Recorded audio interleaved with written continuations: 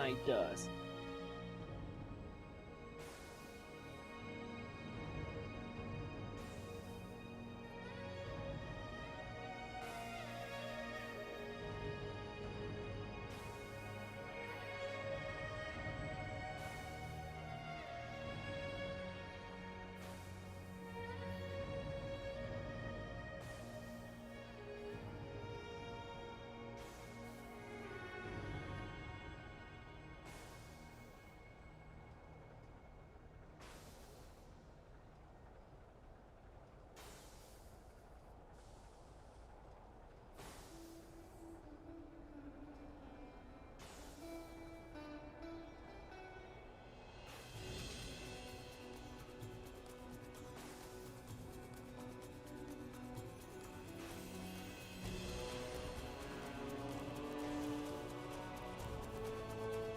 Get you out of work today? What's going on? Hey, what's up, DeBone? Hey, yo.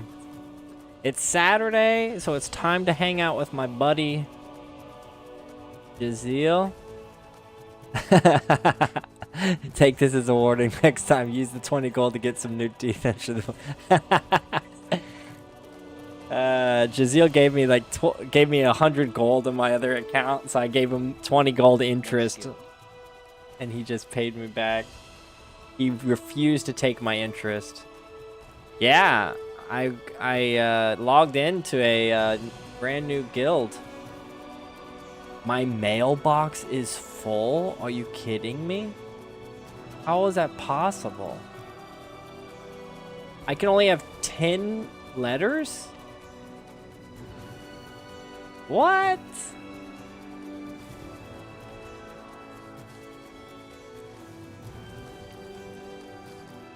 That's crazy.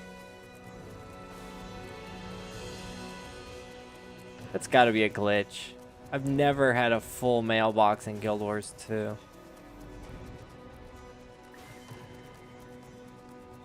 By the way, I wish Guild Wars 1 had a mailing system like this. Hello, DeBone. Welcome in, welcome in. Just doing a world boss if you want a TP in. Oh yeah, let me get in. Let me get in on that. Let me just go ahead and teleport over to you. Where are you?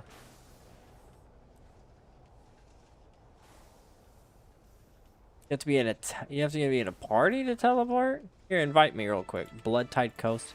I haven't been down there yet on this character. Guild Wars 2, I didn't know you were one of them. Join my battalion. We haven't been here before. Jaziel is the one who's getting me into it. Old Man Hunter. Jaziel is twisting my arm, trying to make me see things his way. Ah, okay. But how do I join your party? Alright, I'll try and run down there real quick. Thank you for that, Old Man Hunter. I didn't see the second person. I'm still in this stupid jumping puzzle. Thank you, Nick, for that follow. Subscription on YouTube. LFG Central Trio World Bosses Tate Hub. Looking for group Central Tyria World Bosses. Okay. Have most wonderful stream today, Melon Farmer. Paradiso 505. Thank you for that. I can do this. Looking for group Tyria. World Bosses. Got it. Have you taken a good look at Maya Soul? No, I haven't. What's Maya Soul? I'll have to look that up.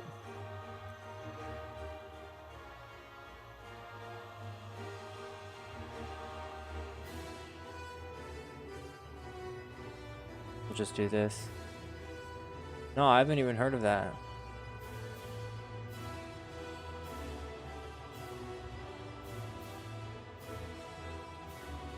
Maya Soul, interesting. Say it 3 times fast. Oh my gosh.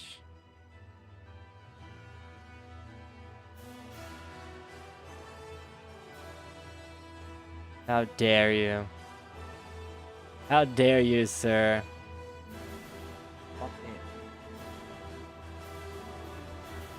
He got me. He got me. Alright, we're fighting... Oh, this is a big world boss. This one actually has some good loot. Oh, no, never mind. This is okay. A pirate world boss. What's up, Zero? Are you using the free version? No, I'm not. This is my main American account, but I recently switched it over to European server. To play with my buddy Jaziel, who's in the UK.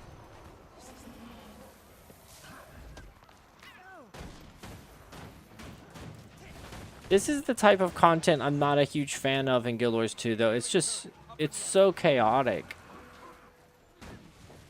Like, don't even really have to do anything.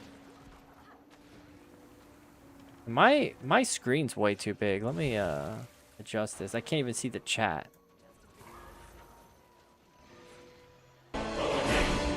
Jamming! My gosh! There we go. 16 month subscription. Holy cow, Jammin'.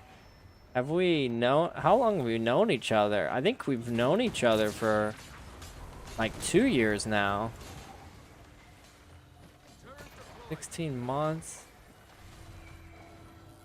That's crazy. Yeah, Jaziel's right behind Jammin'. I think you're like 3 months behind. I have no idea what I'm doing.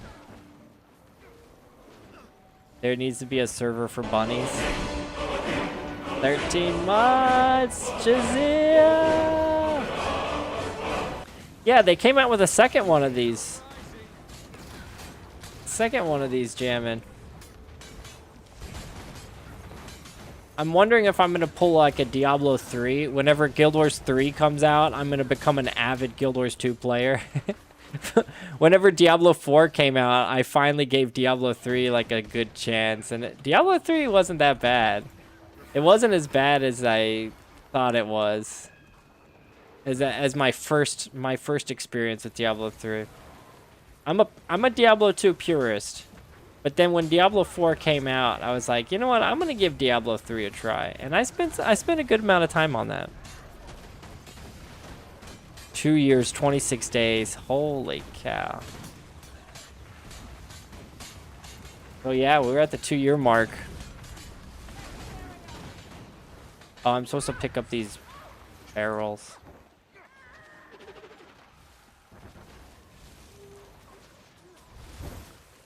I mean, the world bosses are something to do.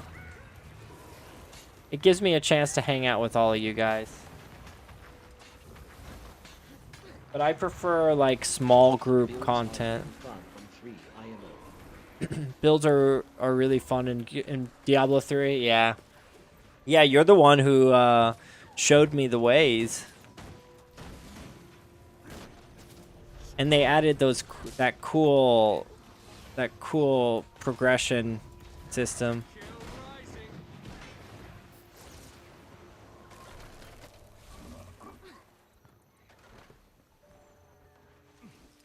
Everyone's complaining about this event too.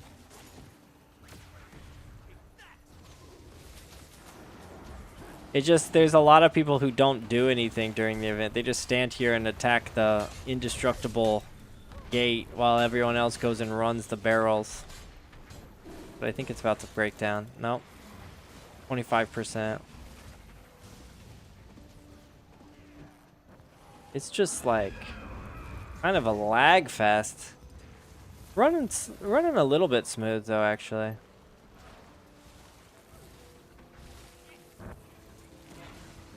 Oh, there's Jaziel. Like, I'm in the same party as Jaziel right now, but you wouldn't guess it. You wouldn't know it. He's just amongst.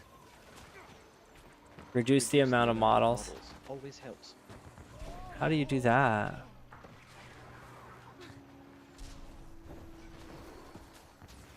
Gotta be under graphics.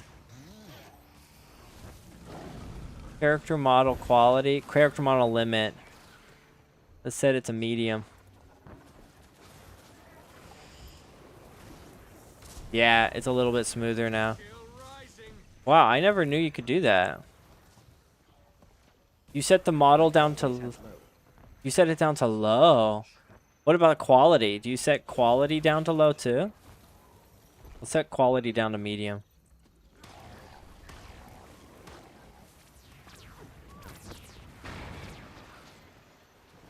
I can't... Oh, true. This is the EU server. I was about to say I can't stand whenever people bring in politics into MMO world chat, global chat, but EU server they can talk about US politics. Quality on the highest. I like it to look good. Ah, okay. So model's highest.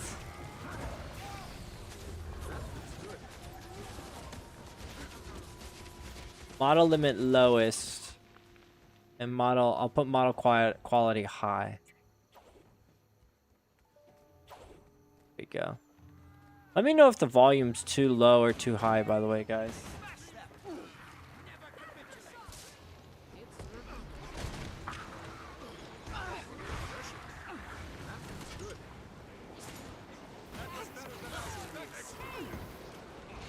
Whoops.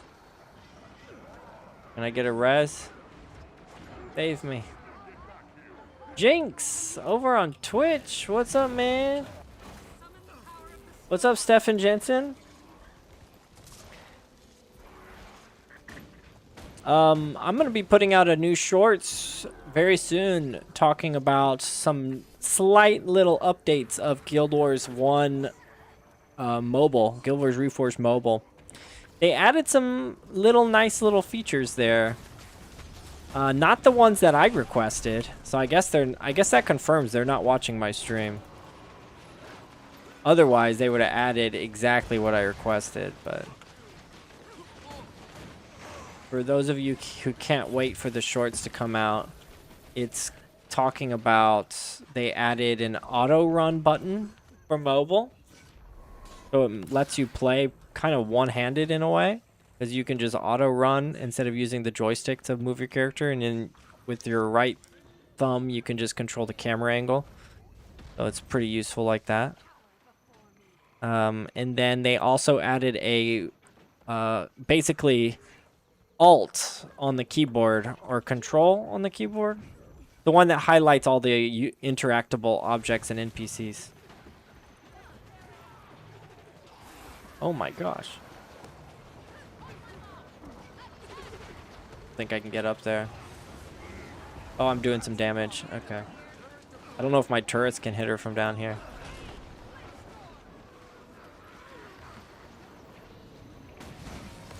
Obstructed.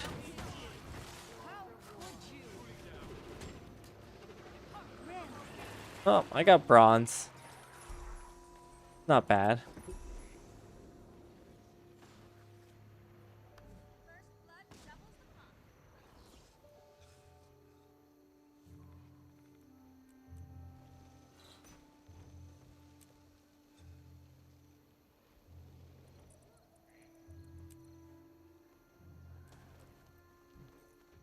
Ooh. Got a new rare spear gun. This is most remarkable. Not bad. Yeah. I've been replaying Guild Wars 2 too because of you. Currently doing PvP while in queue. I do some map completion. I like jumping into the PvP sometimes. I spent some time in PvP. 294 games played, 146 games won. Not great. Gonna be honest, that's not a great win-loss ratio. But I did, in fairness, I've done a lot of experimentation with builds in PvP. Messing around. Raging people. Oh, there's a chest here. I think I have auto loot on though. Yeah. You started playing Guild Wars 2 again because of me. Wow, I'm honored. Where are you at, Jaziel?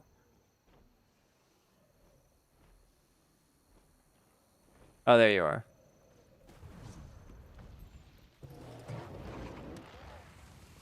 Oh, I lost you. I surely, you know, I have the low settings, number of character models, but surely it wouldn't remove you. I mean, we're in the same guild. We can leave this now and go do our own thing. Oh, okay. Should we continue with we were last in Gindaren Fields. Should we continue there?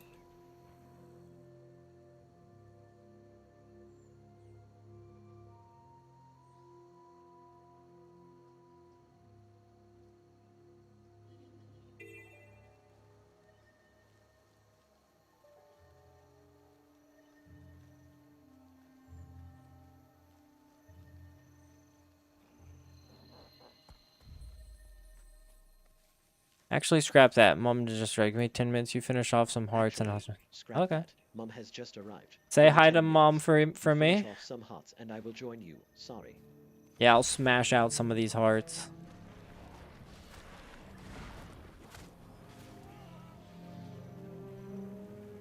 I'm gonna leave this group, though. I don't need them in my life.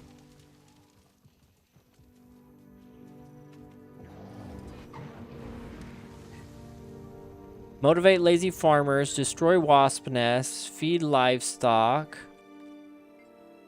exterminate grubs, repair pipe leaks, clear spider eggs. Gosh, there's so much to do.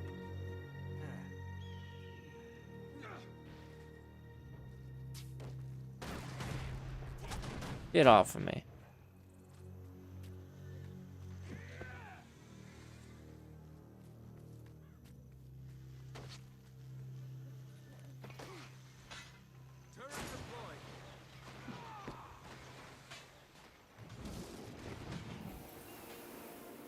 This is a good thing about the engineer. You can just drop all your turrets, run around.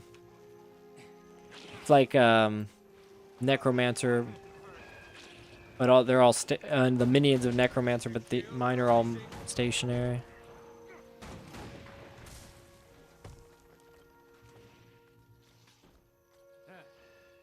Keep accidentally picking them up though.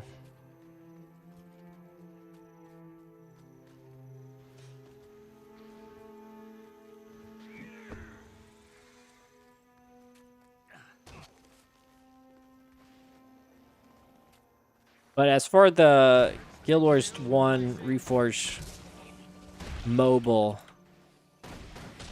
updates they put in, it's really only those two. Nothing too crazy. Oh, it's level 38.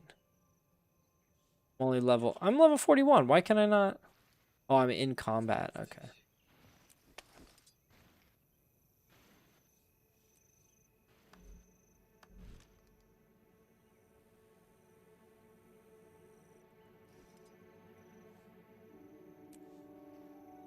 Regular pistol.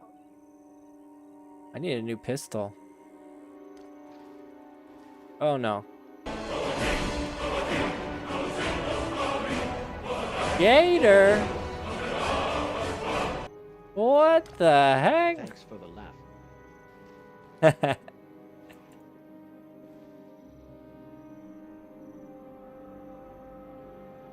My soul had a good time.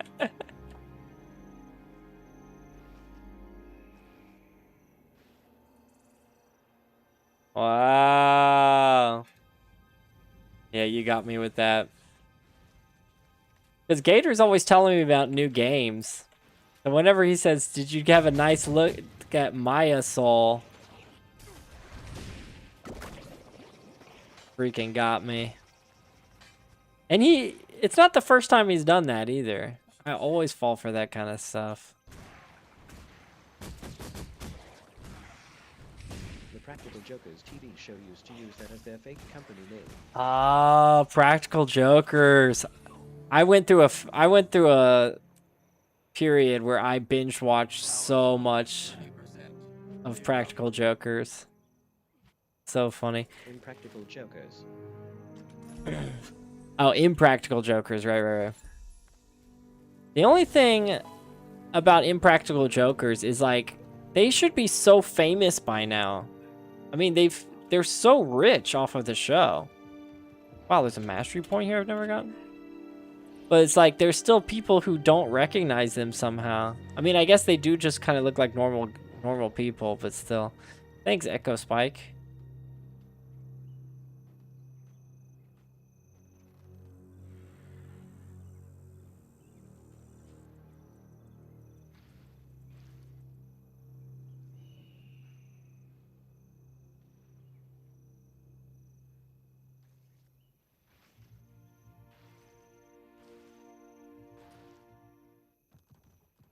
We did one heart.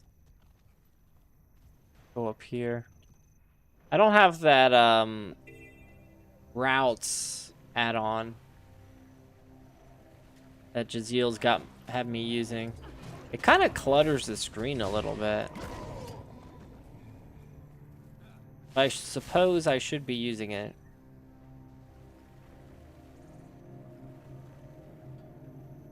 Let's see. See if I can get it to work. I need to test Guild Wars Toolbox. My Guild Wars Toolbox on Guild Wars 1 is not working. Really heaving me off.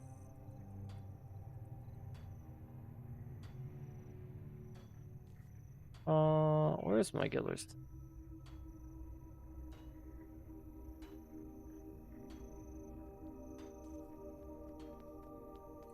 If this works. What's this one? Train with the troops, honor the fallen, and find ways to raise morale.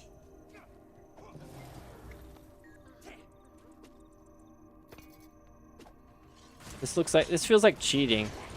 I'm joining this arena and I just drop down a bunch of turrets.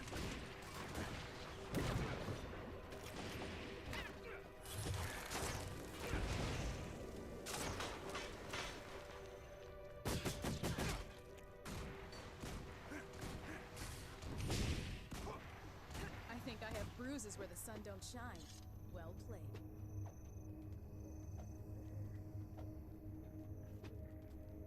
Oh, was that? That's all I had to do? I feel like there's another enemy here.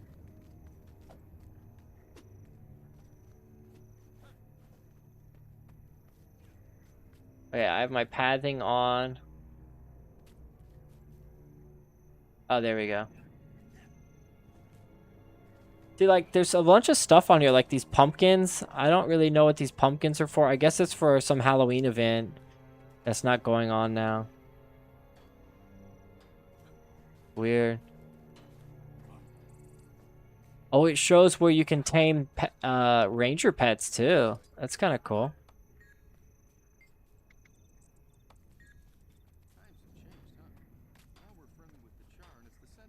What am I supposed to do with this package?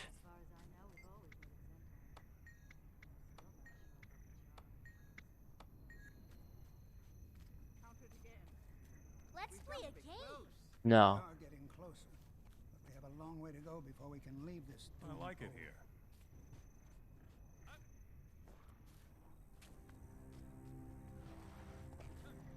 Whee.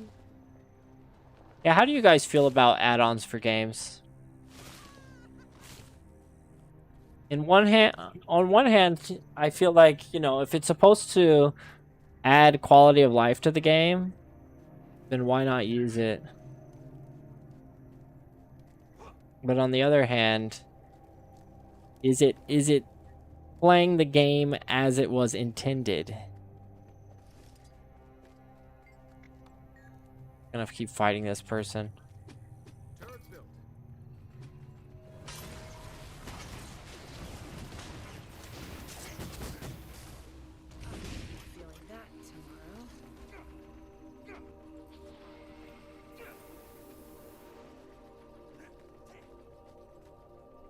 Oh, I can fight all these people. Okay.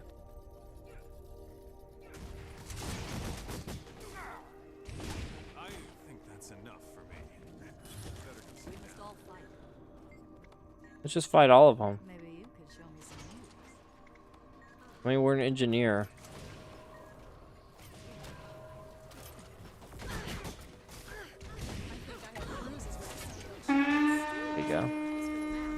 Hey, thank you for the follow, Inar. Inar. Sounds like an Australian name. Ernor. I'm sorry. Sorry to my Australian viewers. Never have too much treasure.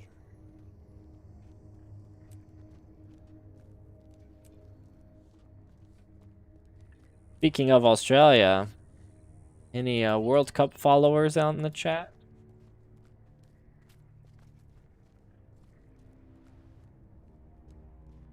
I guess I just follow this. No thinking.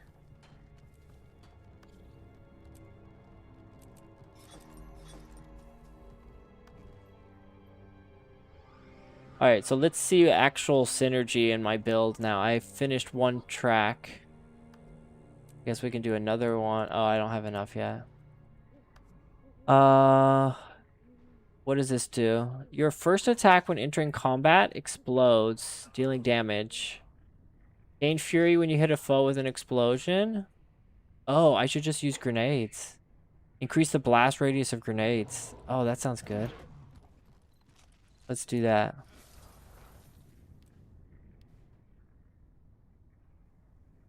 And then explosions cause vulnerability. Explosions grant stacking ferocity.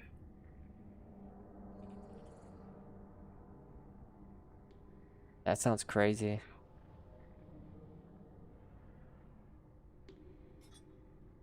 Orbital strike. Shaped charge. Like how do you have an orbital strike in Guild Wars? Like where's that coming from?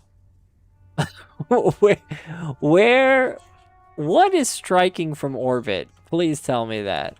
In Guild Wars in Guild Wars, why do they have orbital strike technology? It doesn't make any sense. That's so funny.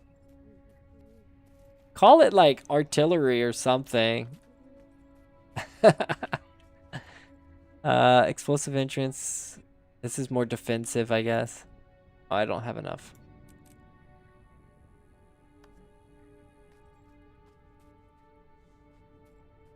So we should just use grenades.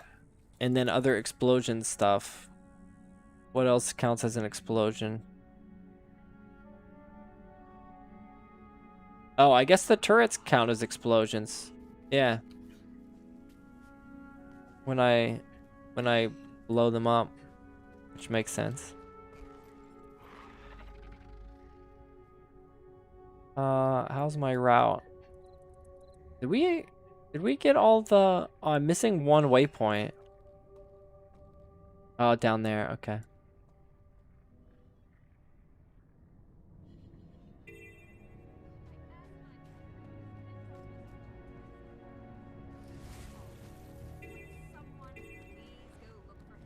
Shaziel's method is to explore the whole map first and then do the little parts.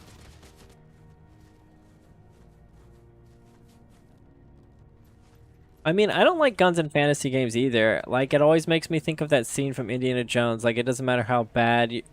yeah, you are with the sword if you can be shot in the head. Yeah, it takes me out of the fantasy aspect of it.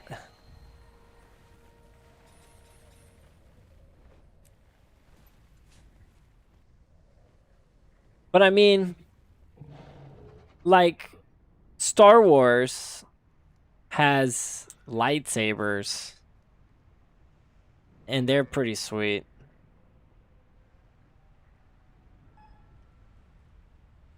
Which, you know, that's even more... I mean, lightsabers are pretty powerful. I get it, but... I mean, a magical sword in a fantasy setting is supposed to be really powerful too. Speaking of, not to change the subject, but do you guys consider Star Wars to be fantasy or sci-fi?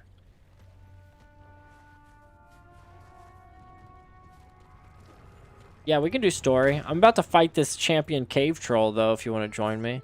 I think I'm gonna solo it. Whoops. You consider Star Wars sci-fi interesting? I feel like most people would. Refreshing.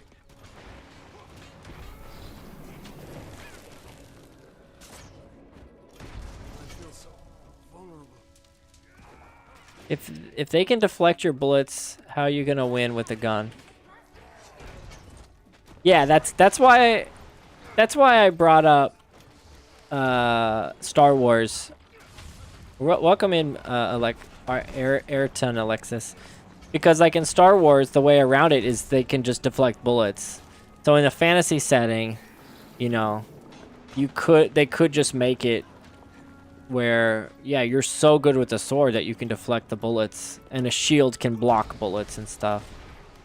But orbital strike's pretty crazy, isn't it? Yeah, show me a person who can deflect bullets, I'll show you. Well, I mean, that's the fantasy aspect, though, Jinx. You're right. I mean, I'm with you, Jinx, that I don't like guns in fantasy, but that would be the way around it. Is, you know, just have magical. It's like magic versus mechanics, engineering. Man, engineer is so strong. List of accomplishments. I need healing. Seriously. But yeah, I don't believe ninjas can really deflect bullets in real life. I mean, I think it was tested where if the conditions are perfect, maybe it's possible. But not like, not really reliable. So where are we going?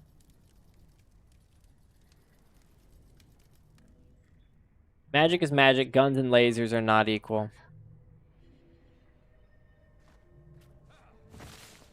Magic is magic. Guns and lasers are not equal.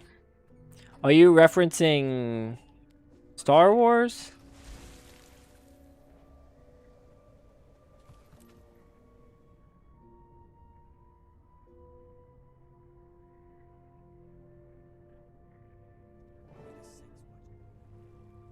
Well, Saving Grace in Guild Wars 3, I mean, we are 1,000 years in the past, I'm assuming. Yeah, there won't be any guns or engineers in Guild Wars 3. They could have a shield that absorbs mass, and you need really big bullets to get through.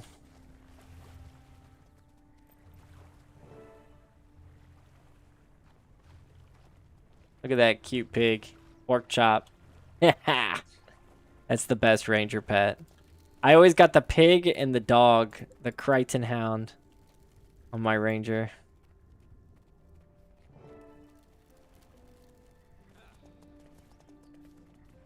You there.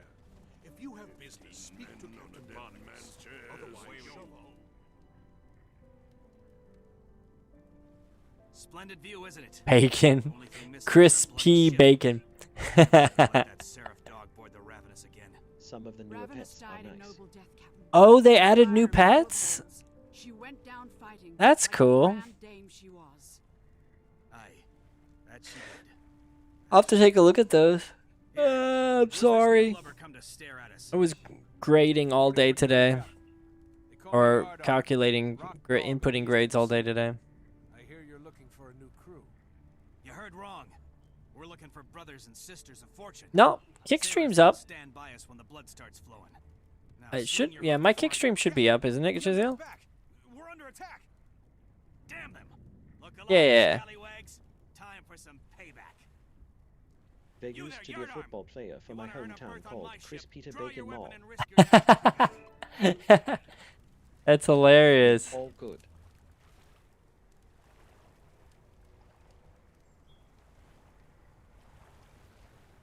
Ooh, I loaded Guild Wars 1. Yeah, we're doing Guild Wars 2 today. Tomorrow is Guild Wars 1. Depending on how long Jaziel can play today, I might... If he has to leave early like last time, I might switch over to Guild Wars 1. Do some, Zacian.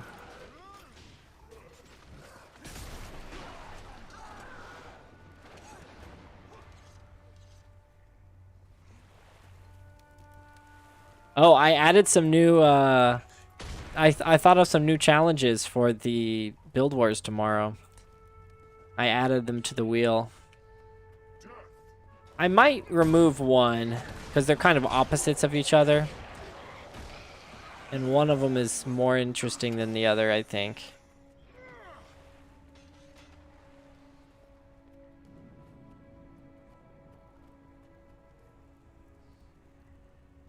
Oh, so you're curious, huh? You're curious about the challenge, eh? It's one of them. The one that I thought of first was you must use which one did I think of first? They're kind of, yeah, I guess we should do both of them. Okay, anyway. One of them is no AoE skills and the other is no single target skills. I think the no single target skills sounds fun because it means all of your skills must be AoE. And I think it's gonna apply to healing and protection skills as well. So no single target heals, no single target protections. Which monk players will be furious about. But I think that one would be fun. So you have to do AoE everything. Even attacks. Like auto attacks are obviously okay. Yeah, no AoE would nerf Derv exactly. So I think no single target might be more fun. Yep, soul twisting would still be allowed. Spirits would still be allowed cuz it doesn't require any targets.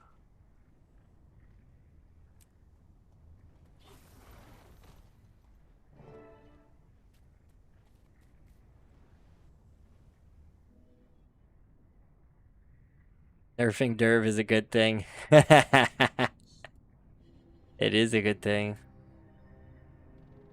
Who is that just came in? How dare you? Shut it, Jinx.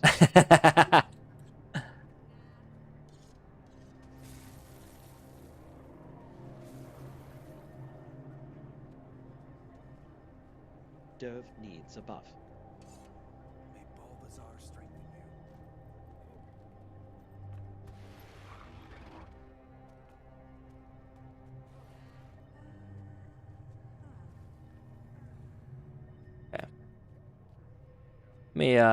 I've got my Guild Wars 1 on just for the Guild Wars 1 music while playing Guild Wars 2. I still want a legit warrior buff. Hey, me too, man. Warrior needs some love. Gosh, look at all these lines. What are all these pink and blue lines going on here?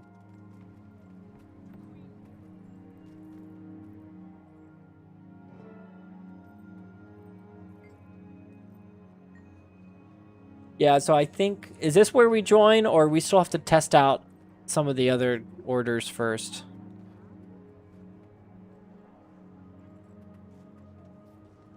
I think we talked about Vigil, yeah.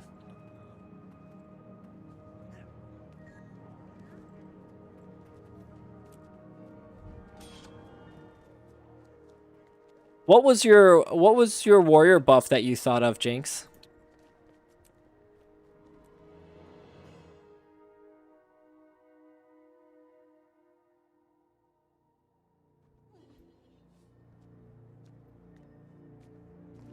I was talking with McCanny yesterday.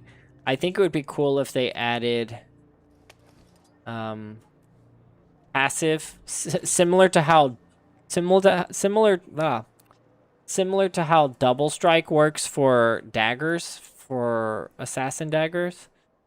I think it would be cool if there were some passive weapon procs that happened with sword, hammer, and axe. Scythe wouldn't need one because it already has the passive of AoE. but I thought it would be cool for Hammer to have like a chance of interrupt on auto attack, or Sword could have Build in 100 B-Law. built-in 100 blades. Oh my gosh. Or Sword, I thought Sword would have a cool one, like parry. Chance of parrying your next incoming attack. That might be a little too strong though.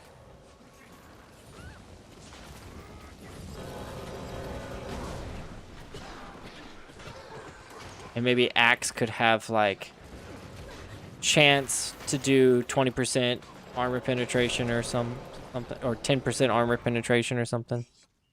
Some sort of spike damage. Extra spike damage. I don't know. I think the weapons themselves are what need the buff. Because daggers are way too strong for single target, and Scythe is way too strong for AoE. So you're pretty much just, you pretty much have to just choose dagger or Scythe for melee.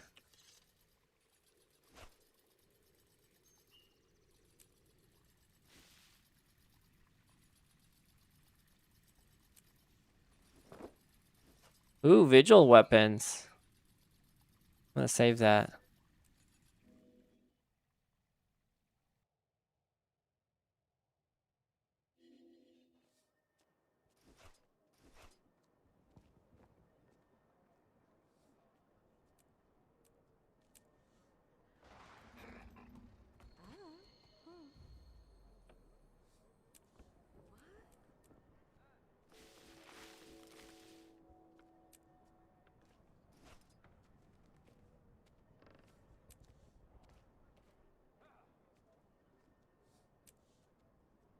Salvaging really quick.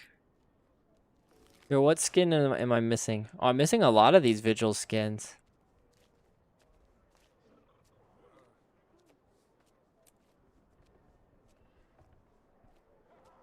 Get the pistol.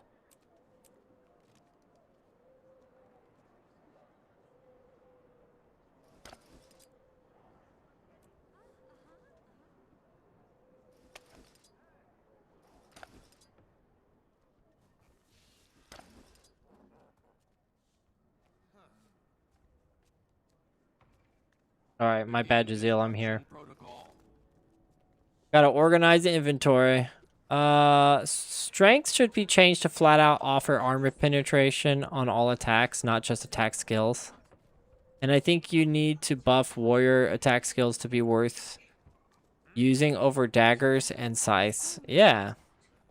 Like make Executioner Strike cost 5 adrenaline instead of 8. Sever artery should deal damage, absolutely, and bleed instead of just bleed. Oh my gosh, seriously.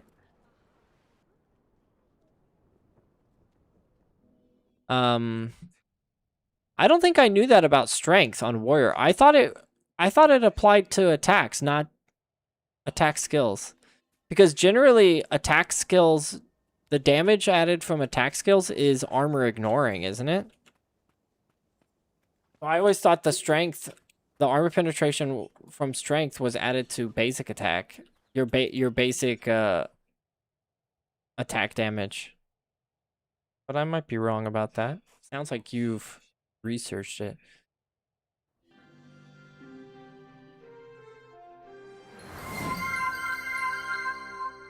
Oh. Had to skip that. Oh, thank you for that follow, Jalel.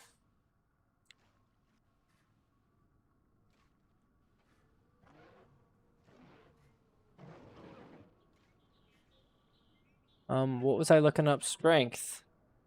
Guild Wars 1. The Guild Wars 1 strength adds to attack skills. You're right. You're absolutely right.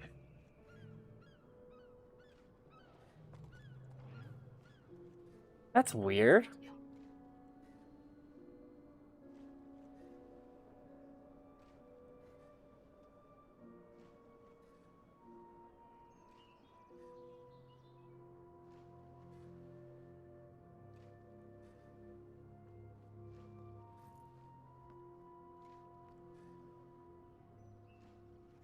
Yeah, they need to redo strength. They need to redo it. It's such a terrible skill attribute when you think about it that way, absolutely. Alright, sorry, Warriors Jazeel. should have a built-in double adrenaline gain. Oh, yeah, that would be great. It would essentially be like the assassin. Assassin has that built-in energy gain from daggers or from critical strikes. So strength should offer chances to get adrenaline on critical strikes. Does that already work that way though? Do you get extra adrenaline on critical strikes? Let me look that up.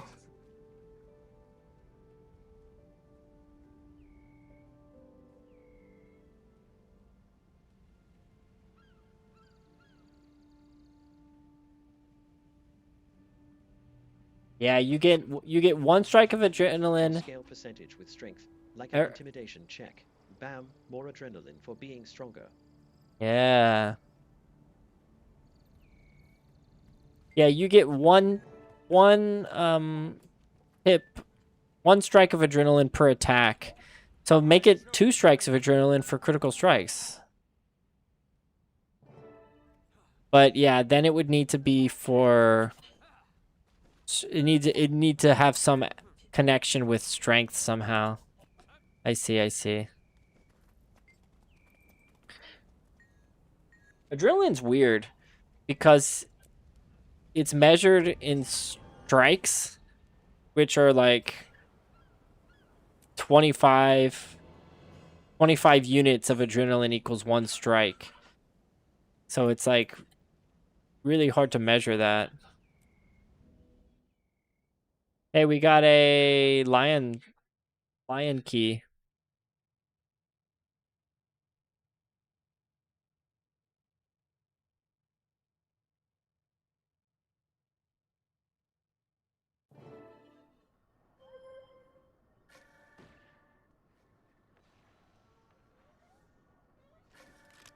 I need to get a chest out of my bank.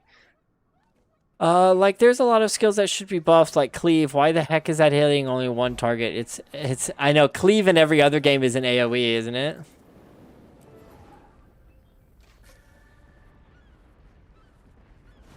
That's funny. I never put that together.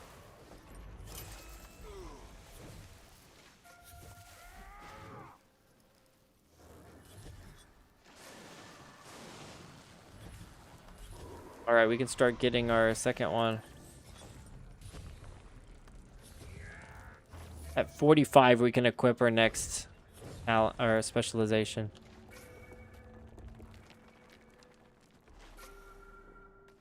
All right, where's Jazeel at?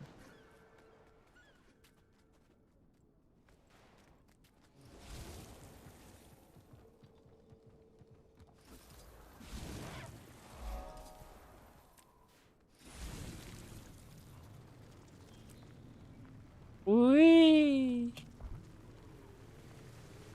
Blue Beetle's so good.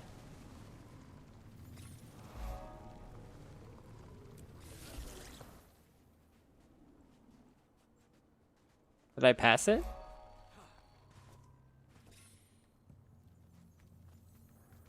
Ah, here we go. I guess I should get the chest out of my bank for never mind. Oh, this is the guy. We're meeting him. Crippling Slash costs 6 adrenaline and cripples and bleeds. Why the heck doesn't it deal damage? Like, would it be so bad if it dealt?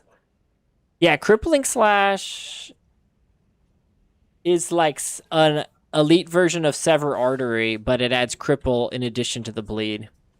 It would have been cool if they made an elite version of Sever Artery that combines Sever Artery and Gash for some build bar compression. But then they nerfed Quivering Blade too. Yeah. Quivering Blade should be way stronger. Daze is a tough one because Daze on a warrior gets really powerful, I guess. But I cannot make any Yeah, this guy's so cool. Its only hope for peace with the Char. We cannot withdraw our negotiators, no matter the risk. With all due respect, Ambassador, that's a damn fool decision. That's enough, War Master. His voice is kind of like Jesse Ventura, isn't it? Do our best to keep everyone safe.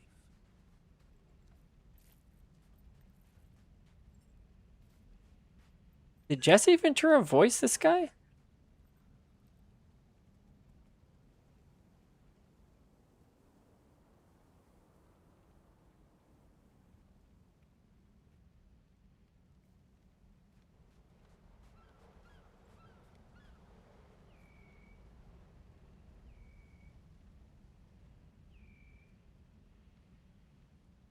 All hiding.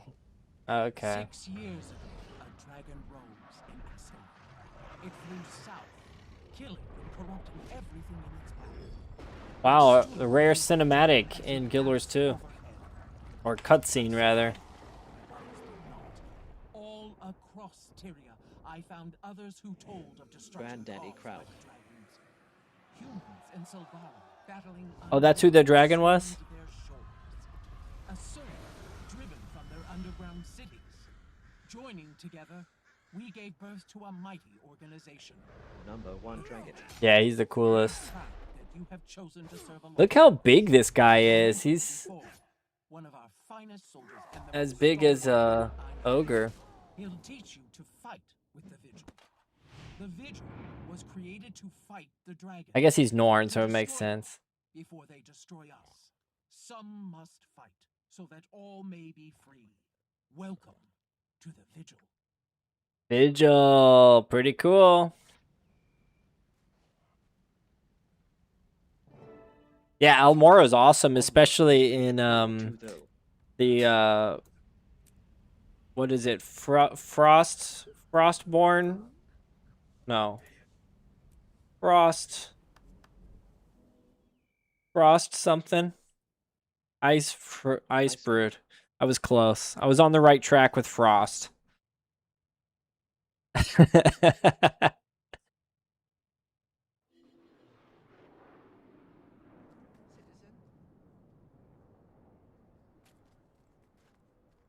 Ooh, Rurikton. Prince Rurik had a little region named after, a district named after him.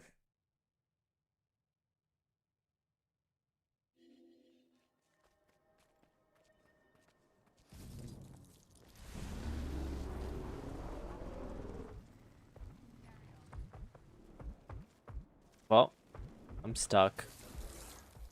Should have gone with the sky scale, I knew it.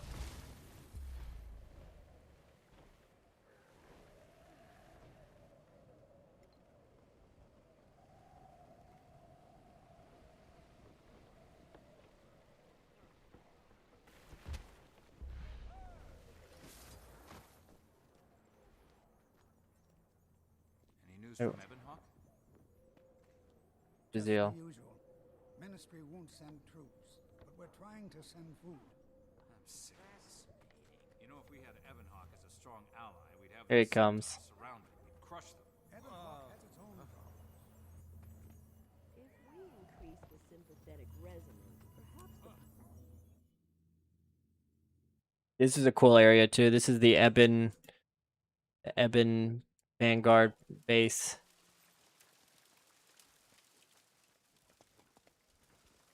It's huge.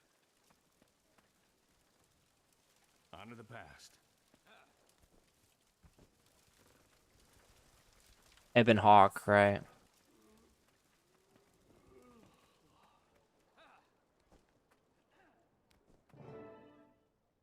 Ebonhawk fall?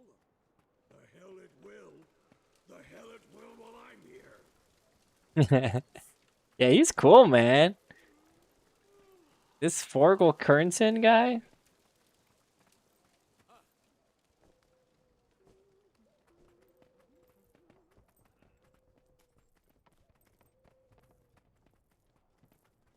Not as cool as me.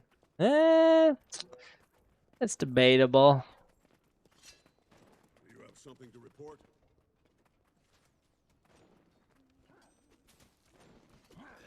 Bring it on.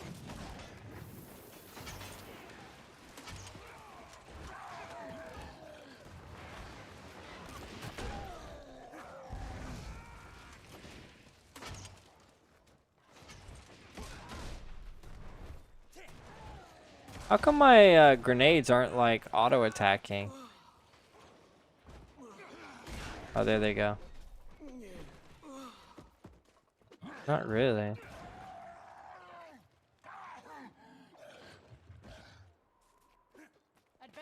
Road is secure. Vanguard, form up and hold the sheriff. We'll advance toward the crossing.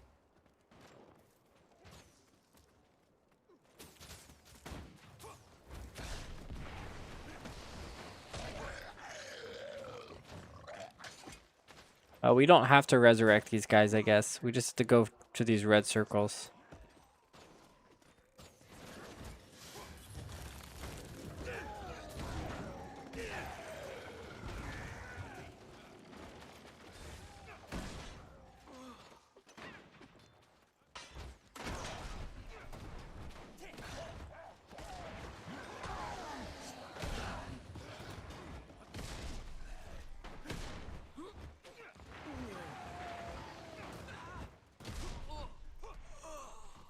For the Vanguard! Crossing is secure. Vanguard, is here. Where's my music at?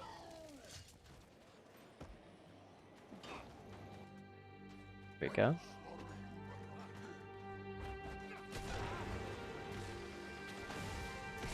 Oh, we're at the next area already.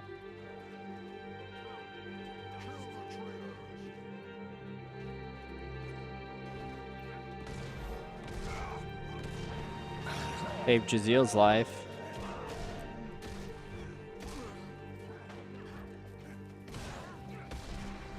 He was in big trouble. He was in big trouble right there.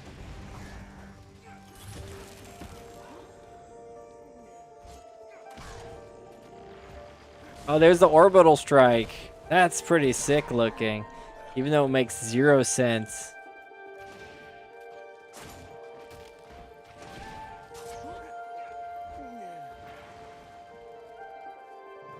Steam-powered satellite that has pinpoint orbital strike capabilities. Doesn't make any sense.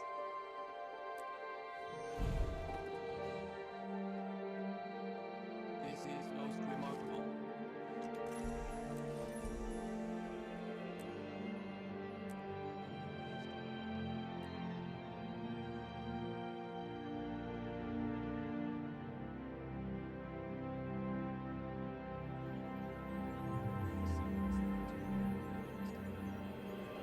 What do you think about Monk, Jinx?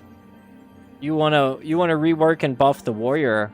I think if they do that to warrior, they also need to rework how the monk works as well.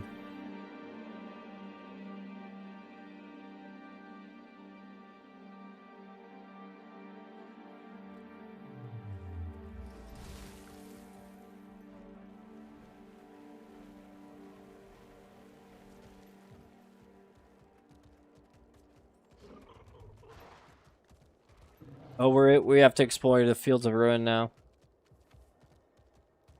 Yeah, let's do some exploration.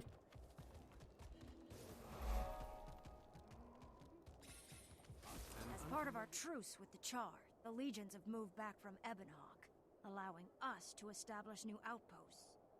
Tyler's bivouac is one of these, and they've run into some trouble getting their footing.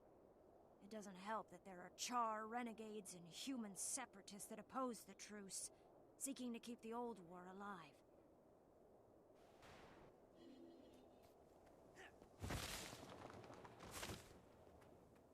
Can we talk for a minute? Oh, okay. Wait, where are you at, though? Oh, there you are. My gosh. Look at all that stuff. How do I remove, like, all that extra stuff?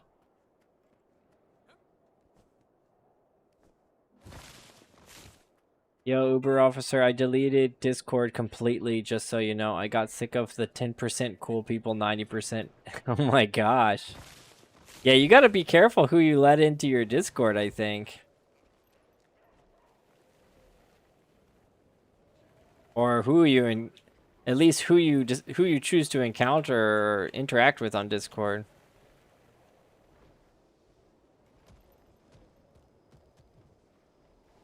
What are we doing? Are we doing this heart right now? Oh my god! Holy cow. Headphones alert, guys. Headphones alert. Ah, these things. Oh, that's what we're doing. 4 months! Big baller! 4 months on YouTube subscription. That's crazy. Apologies for the loud. Bro, I wasn't even in any servers anymore.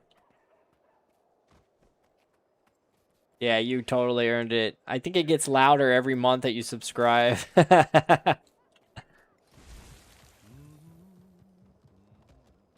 Wait, where'd Jazeel go now? Where the heck is he? It's what happens every time I play with Jazeel.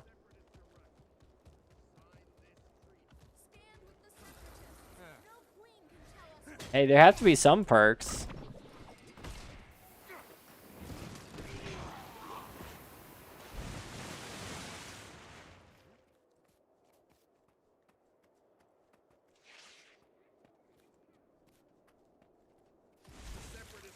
I don't follow close enough. Yeah, I thought we were like tearing down this stuff. That's why I saw you like running around changing direction. So then I started looking for my own stuff. And then I turned around and you're just gone.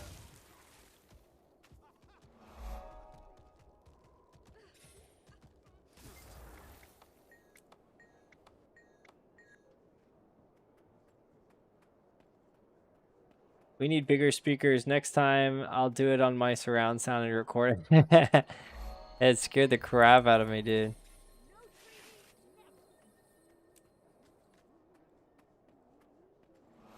All right.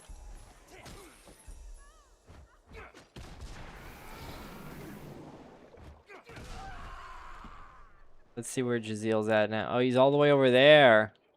Oh my gosh. Good thing I've got a dragon. Yeah, this is a really cool city, the Ebonhawk. I think if I had to live in any city in Guild Wars 2, it would be here. Pretty cool looking. Kind of realistic too. Feels like a city. Please, I need your help.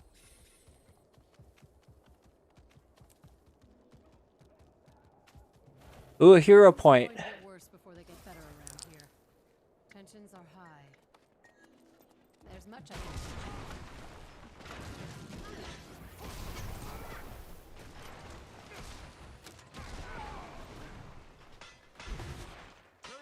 You have seen that. I can tell by the boldness of your attack. Loaded her. I saw Fat Boys, you were playing that game that it looked like God of War, but it was not God of War. Something very different.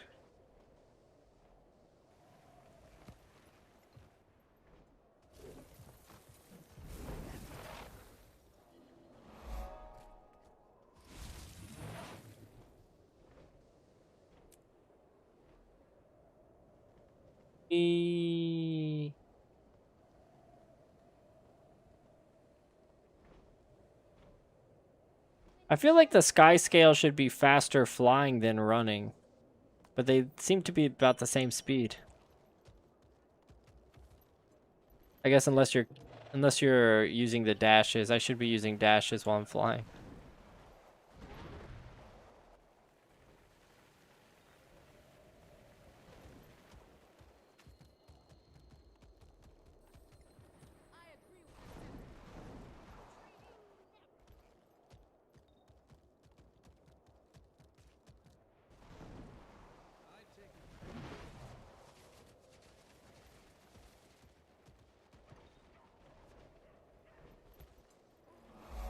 For these things.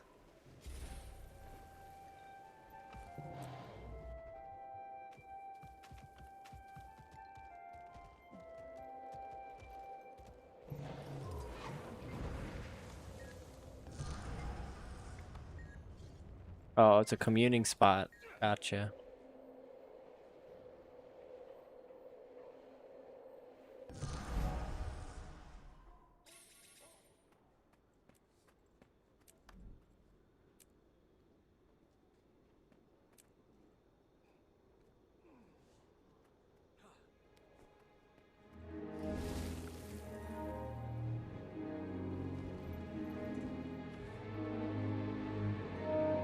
We're ready to leave Ebonhawk now?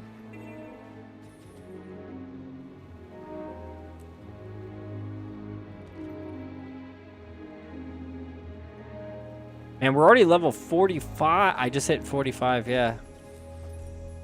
Crazy. Gained so much experience just from exploring.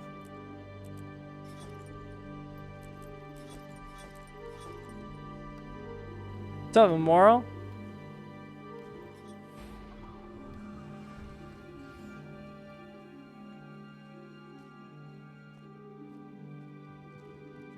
Oh, I shouldn't have picked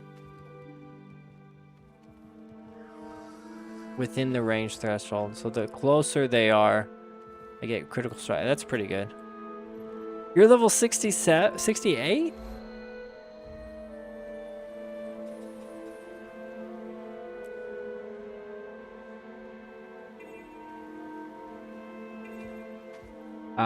Yeah, I haven't done all the adventure guide, I guess, on this character.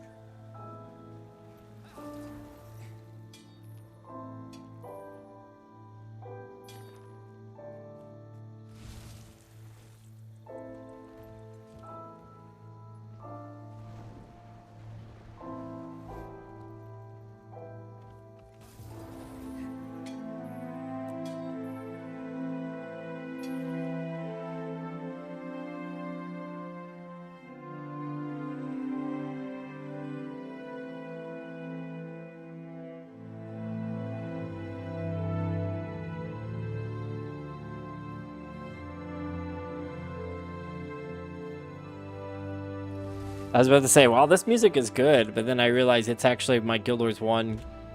I'm just logged into Guild Wars 1 and it's playing the Ratasum music.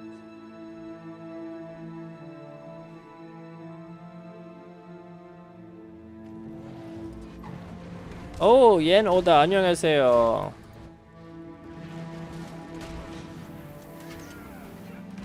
Doing fine. How about you? Welcome in, welcome in. Playing some Guild Wars 2 with my buddy Jaziel.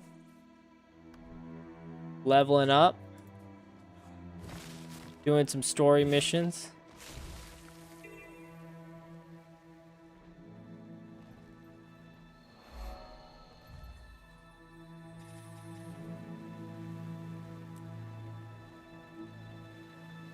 You're good, you're relaxing, and later Guild Wars 1. Nice. What are you getting up to in Guild Wars 1? We're gonna be doing some build wars challenges tomorrow.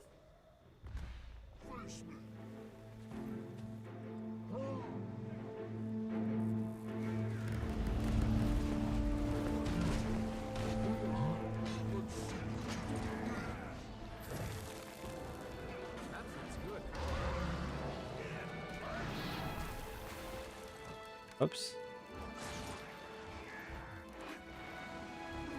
Jammin'? Wait, Jammin', you're not live, are you? Yeah. Scared me. Getting some coffee?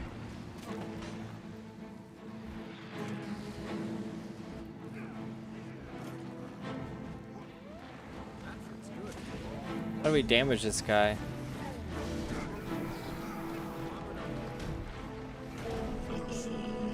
There we go.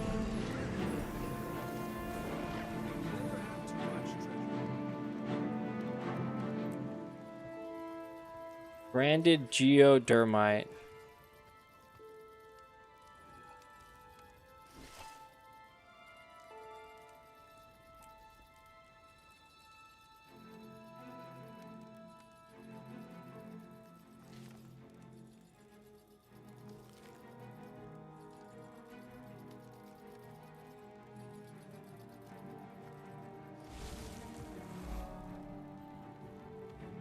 Oh.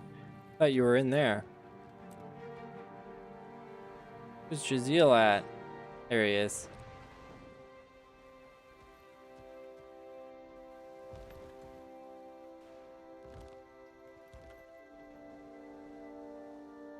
What is this blasphemy?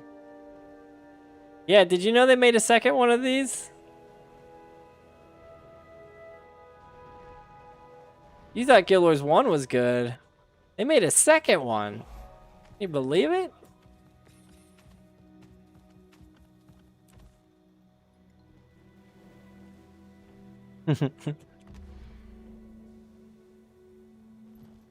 The joke. Jaziel. Oh, I made that joke before. I didn't realize it. It's funny seeing it's the Guild Wars 1 player reactions that are really never gets old. Guild Wars 1 players treat Guild Wars 2 as if it's some abomination.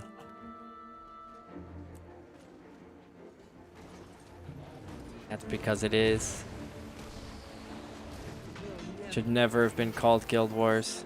It should have just been called Wars.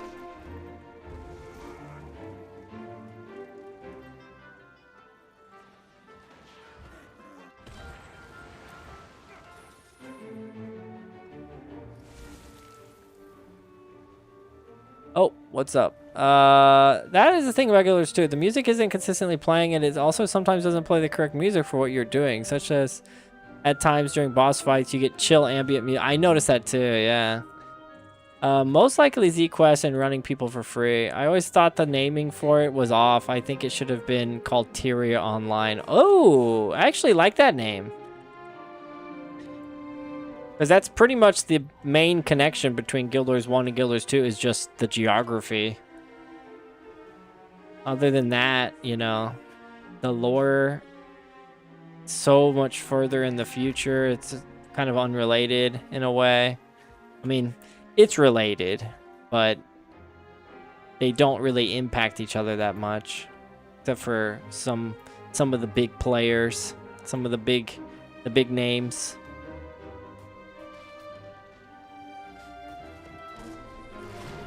But yeah, Tyria Online, that fits. Oh, I gotta save Jaziel's life. Hold on, Jaziel, I'm coming, buddy. Oh, I'm dead. Take out that ogre brute. Take him out so we can revive. Nice.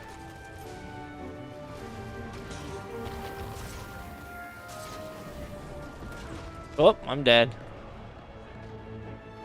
Always thought the... Oh, this is a bloodstone. Okay, that makes sense. Let me res my buddies here. You would think they'd call it something other than Guild Wars, but in saying that, they probably thought it would work better if and when they eventually decided to do another game, Guild Wars 3. Yeah. Yeah, because if they called it Tyria Online, then I guess Guild Wars 3 would be called Tyria Online 2, or... Yeah, what would they name it in that sense? That's a good point. Originally, GW1 was meant to include the GWs. Like in the storylines, Jaziel? Let me turn down my Guild Wars 1 volume. Wonder why they decided to take them out. Ah, the Guild Wars were gonna be PvP. That makes sense. Oh, I finally got defeated. No. It just kind of left them flexibility to do more games if they got the opportunity to. I don't know if they were thinking that far ahead, but I think they were working on Guild Wars 2 relatively soon after, or while Guild Wars 1 was going on, right?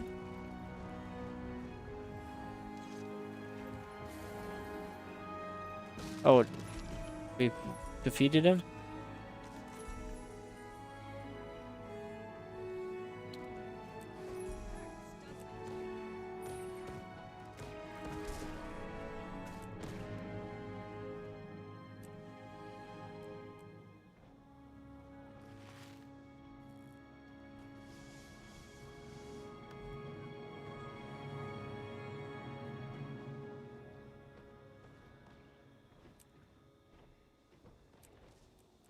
Okay, I'm coming.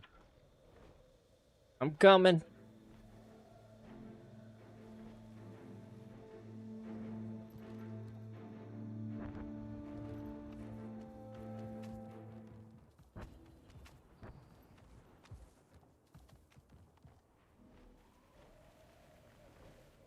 The name also probably fit better for them because unless you were someone who played Guild Wars 1, you wouldn't know what Tyria is. So it was probably a marketing decision.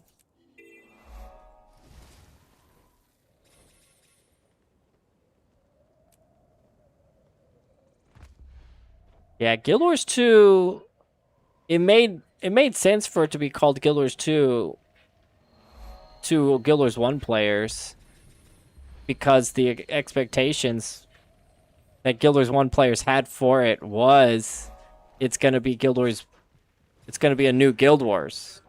So of course it's going to be Guild Wars 2. But Guild Wars 1 players, we didn't expect it to be so different.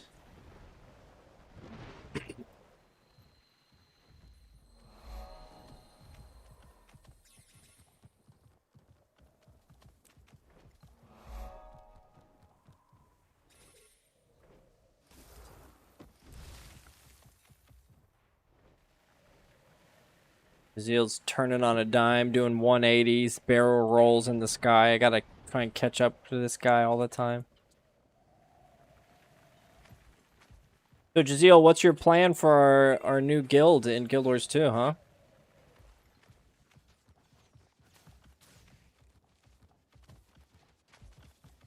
Don't make me get Griffin. You're gonna be freaking jet engine. Oh, did we already go around the whole map? No, okay. I thought we did a full circle.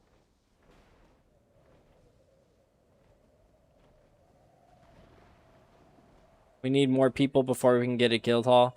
Oh, it's a number requirement. I don't think I've ever been to a guild hall in Guild Wars 2.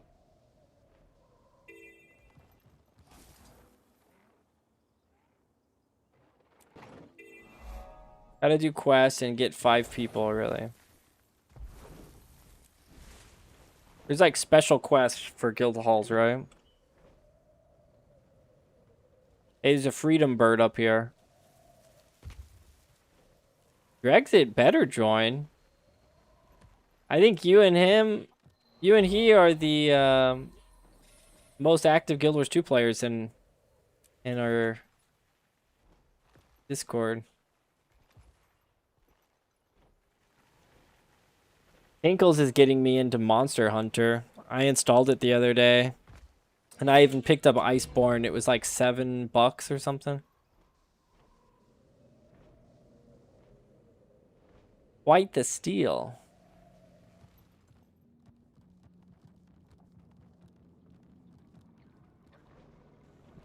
Is it Iceborne or Frostborn? Maybe that's why I was thinking Frostborn earlier, no? Oh, I think I went ahead of Jaziel. Oh, never mind.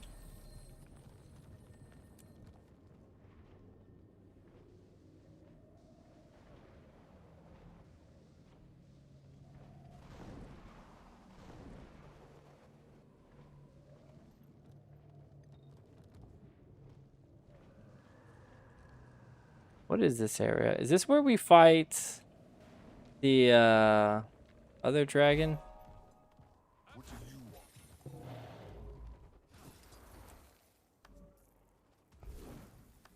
The mini branded dragon. Goodbye. Probably the coolest world boss is that big dragon you fight here.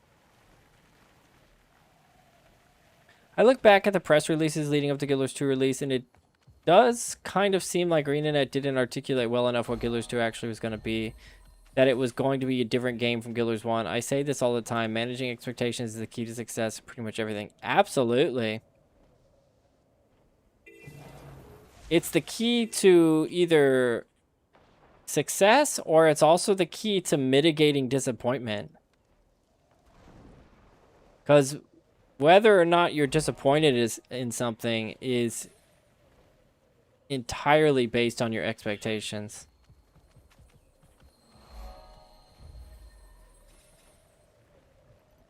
Guilders 2 is so successful, it's crazy. It is very successful, and the funny thing is that it's way more successful than Guilders 1, yeah. But Guilders 1, we have this like peak nostalgia. It was so iconic, such good memories for us back in the day. Guilders 2 is a great game. I just don't have any of the same caliber of memories that I have in Guilders 2 that I do in Guilders 1.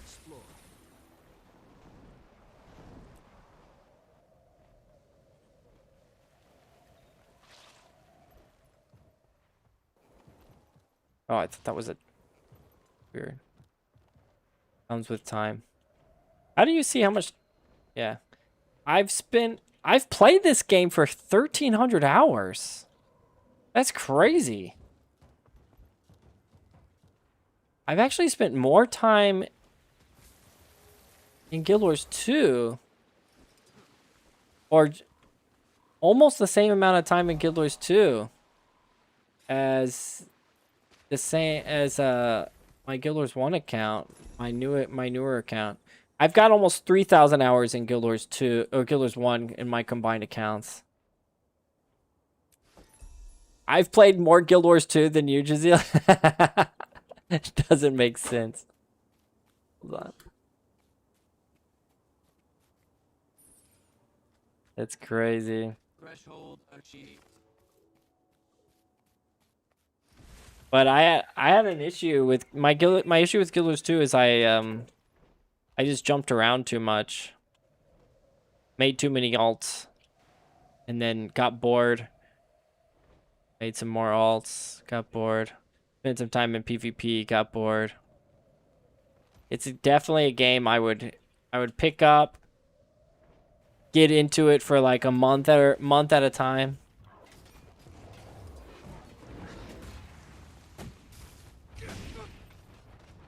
There were a couple moments where I was like, yeah, Guild Wars 2 is going to be my main game.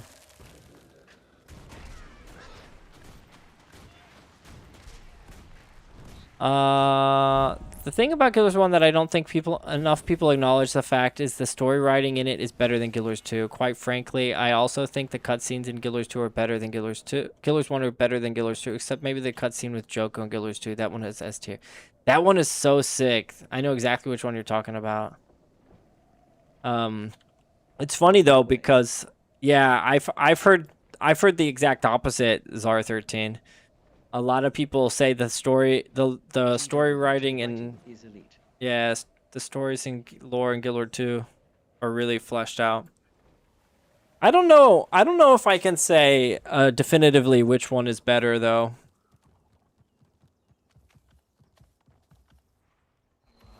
I mean, Guild Wars 2 is more detailed for sure, but that doesn't, just because it has more details doesn't necessarily mean the story arc and the writing is superior.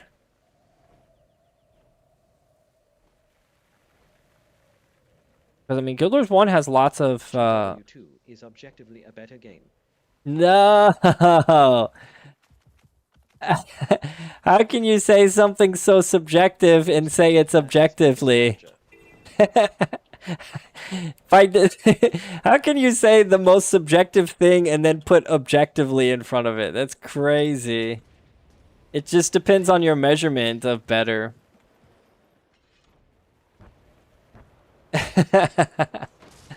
That's funny. Maybe the personal story from the beginning of the game, but I don't think the later expansion stories are better than, say, Nightfall or expansions. I don't know. Path of Fire is really good. And I loved Heart of Thorns.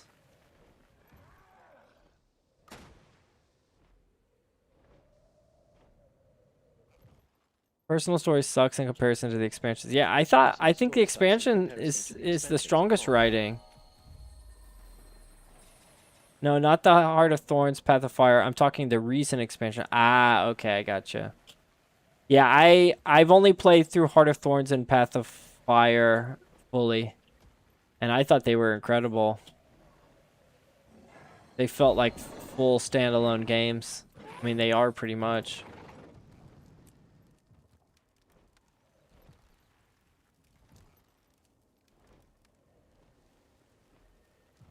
Yearly expansions will always be lacking. It's just the new. Expansions will always be lacking.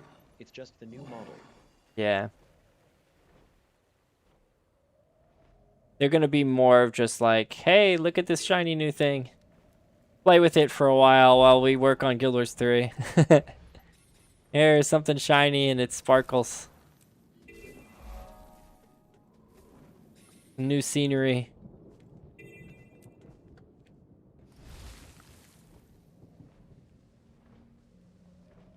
Hey, what's up, honey? I'm home. GW. I loved your shorts this morning. You're like taking in all the scenery of the Char. I think you were in the Eye of the North, the Char homelands area, and then you're like, "Oh, time to go to work." Playing as the healer. That was so funny. I would say the post EOD story has been mild at mid at best. Secrets of the Obscure was pretty solid. They lost me at Janthier. I heard a lot of people complain about Janthier Wilds. I mean, I think the spear is probably cool. I agree. Janthier is so good. Janthier is so good though. Like which part of Janthier is good, Jaziel? The story or just the content that they added?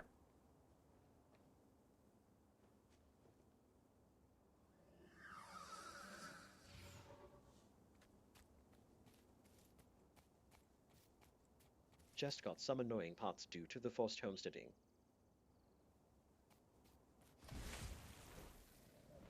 Oh, I'm assuming you probably hate the homesteading part, Story, right? Lore, background, and content is great. Hmm. Oh, I lost Jaziel. Like a love letter to GW1. Oh, really? It has a lot of connection to Guild Wars 1. Okay, I'm gonna have to play through that one.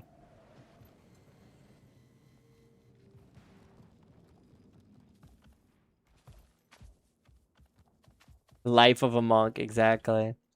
What is this?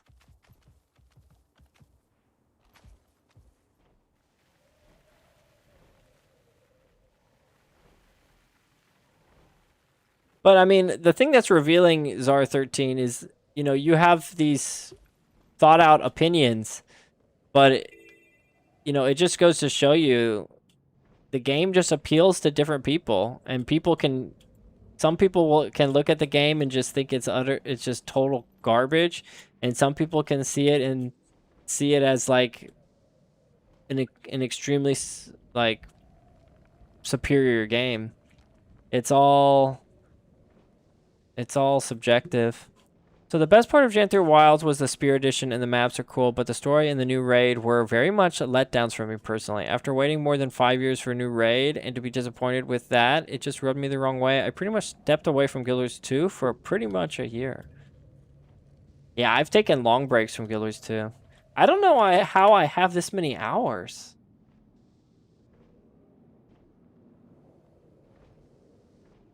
Doesn't make sense.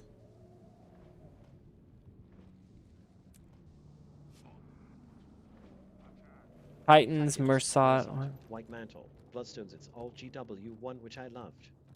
The Mersat come back in Janthier. I like Janthier for the vibes. The first map is the best I have played in a while. Felt like a great start to an expansion. Welcome in, Spare. Another Guild Wars content creator.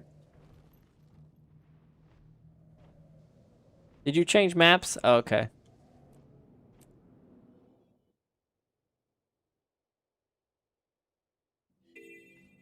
Yeah, we can do hearts.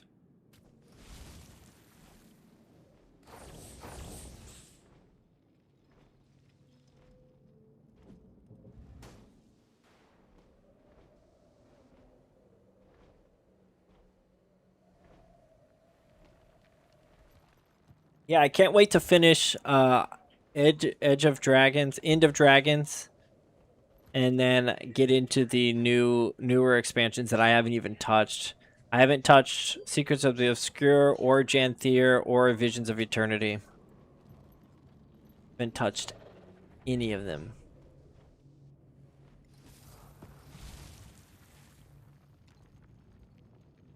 Like the Guild Wars 2 stuff you're doing a playthrough? Pretty much, yeah. Jaziel has taken me through. We can do jumping puzzle. You and I both love jumping puzzles, so that would be time well spent. We both rage quit the last one we attempted. Yeah, we can pretty much say this is gonna be a playthrough.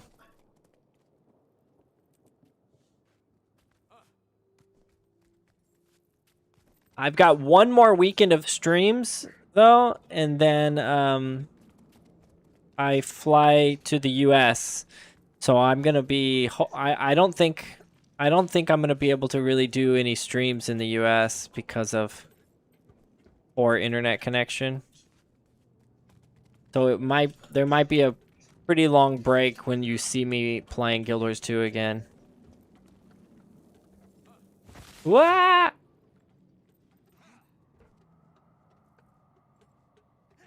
Oh, this track has the jumping puzzles on it. That's so nice. Oh, Dabone. Dabone and Spare know each other. That's awesome. Yeah, Spare's doing his own playthrough. No! Jaziel, save me! Oh, you failed. You failed me, Jaziel. Just kidding.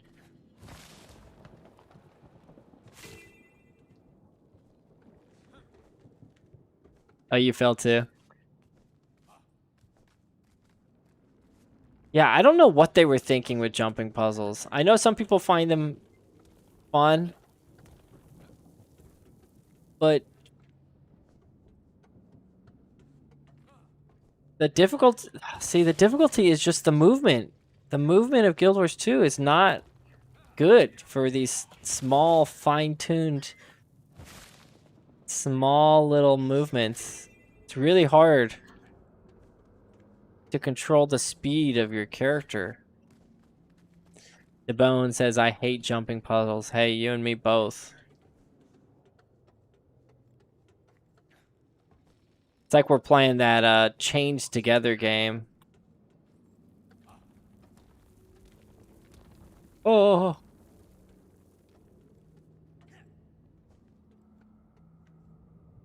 I mean, I guess I'm bad at jumping, but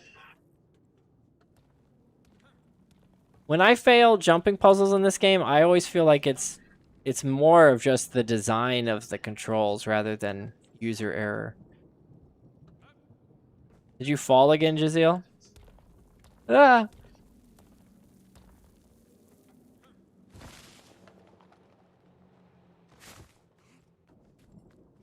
I was like, yeah. That's not the way down.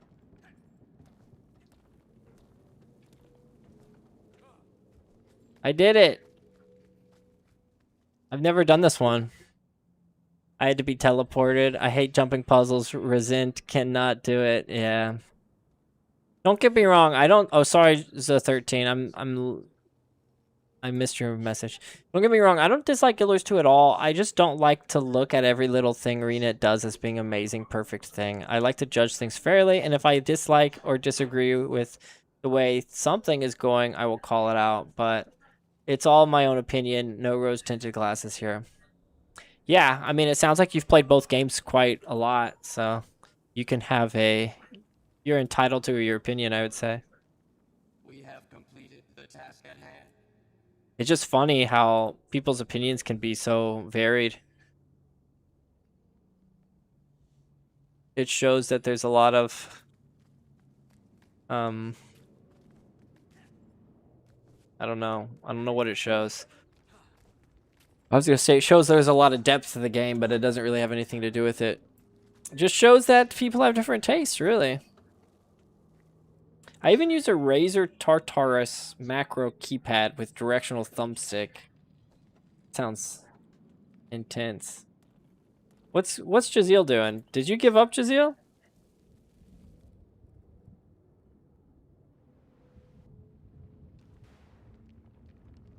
How do I get out of here?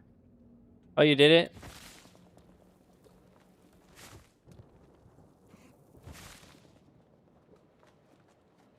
Alright, here we go.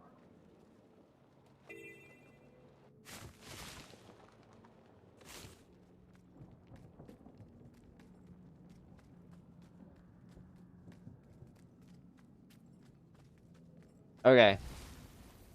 Loranity did the Halloween jumping puzzle using a Wii Fit board. What the heck? That's amazing. Yeah, that one's a really infamous one, isn't it? Notorious one.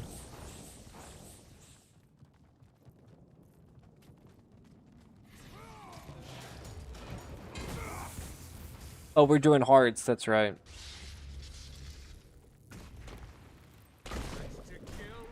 Another fine example of engineering.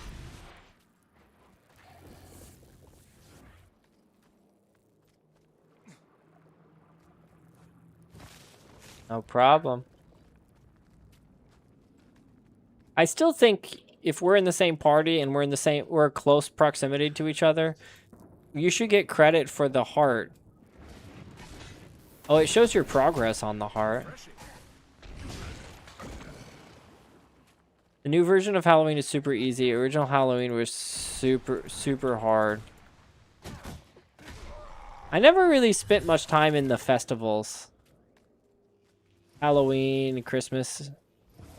I recently, just this past Christmas in Guild Wars 1, the Winter's Day, I recently did all those mini games, and they were actually really fun.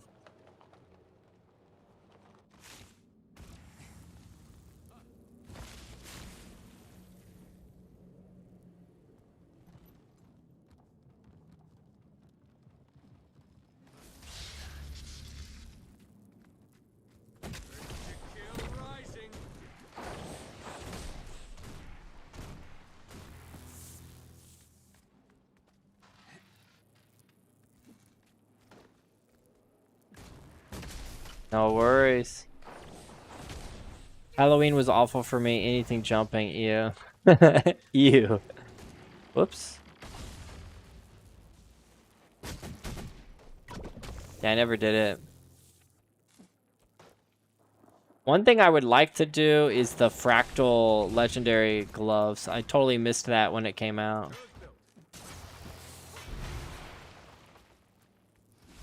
I was worried that it was time. There's a time limit on it, and if you didn't get it in a certain amount of time, you wouldn't be able to, but I think I was wrong about that. Not the dispenser running.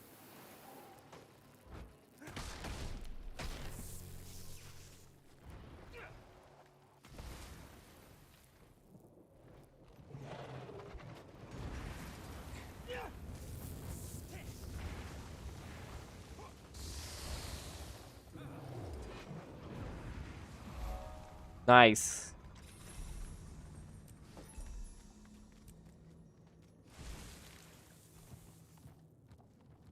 How many like main characters do you have, Jaziel? Because it seems like you, with your only 600 hours in the game, you've completed like everything.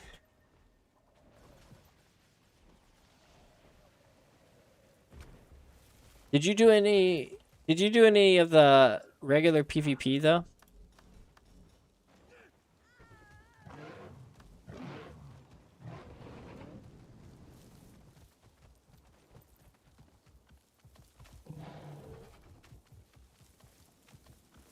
Not much? Okay. Yeah, I spent a good amount of time doing it. I did not do a lot of world versus world. It just felt too inactive to me, in my opinion. Maybe because of time zone issues. When I jumped on, it was just, I got kind of sick of there being just like empty maps. Like no one's here. No one's doing anything.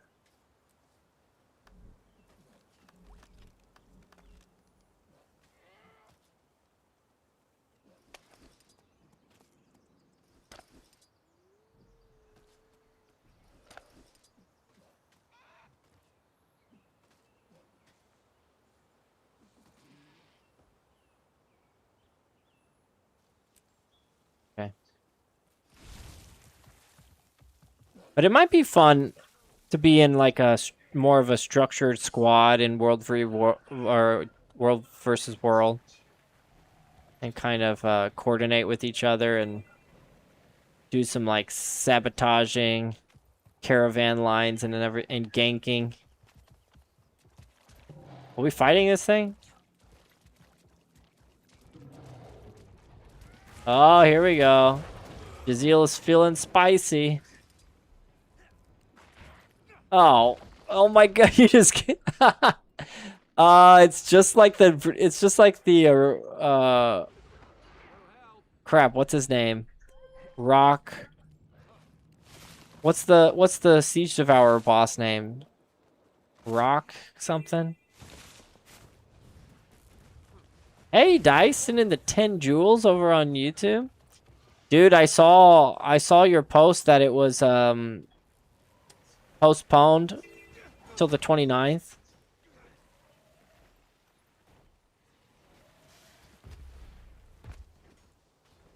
Hopefully you're hanging in there, buddy.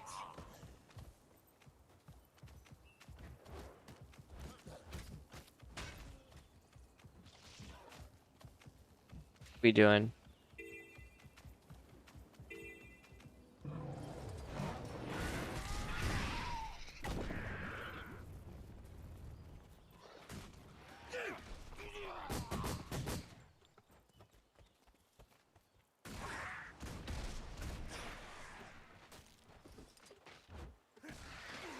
Fighting random enemies now.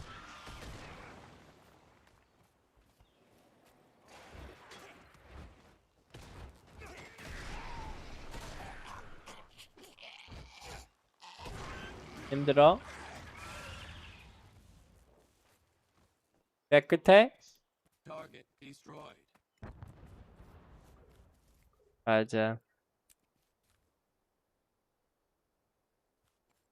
Oh. My bad. I thought you did that.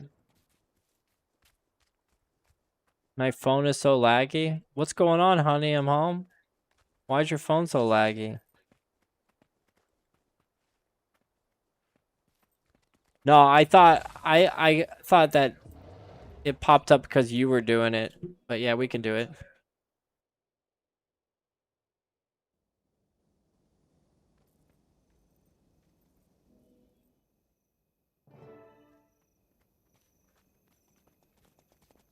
Oh, this is a good one. I actually remember this one.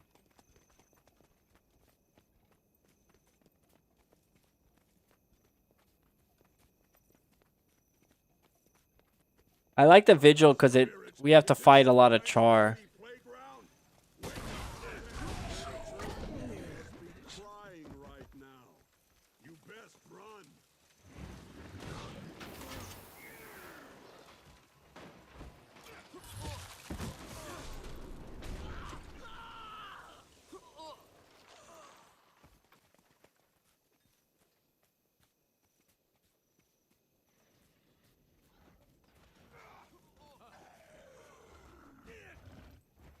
Take that!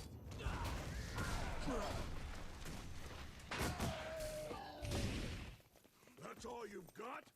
Come on, you mangy runts.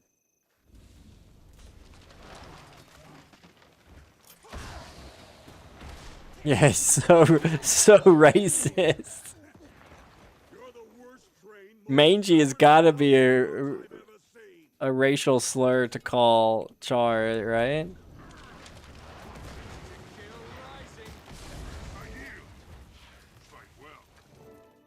Loustabout's not that bad though. Greetings. Do you have something to report? This guy doing?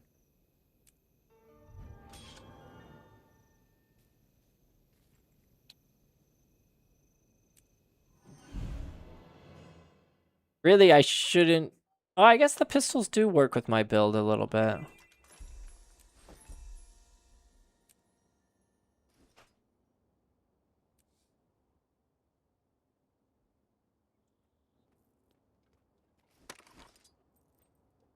Oh, I picked up a rifle. I thought that was a pistol I picked up. Oh well.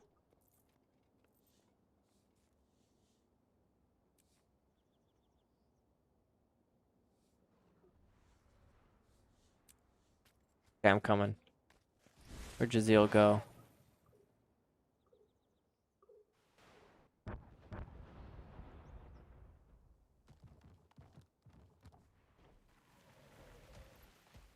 There he is.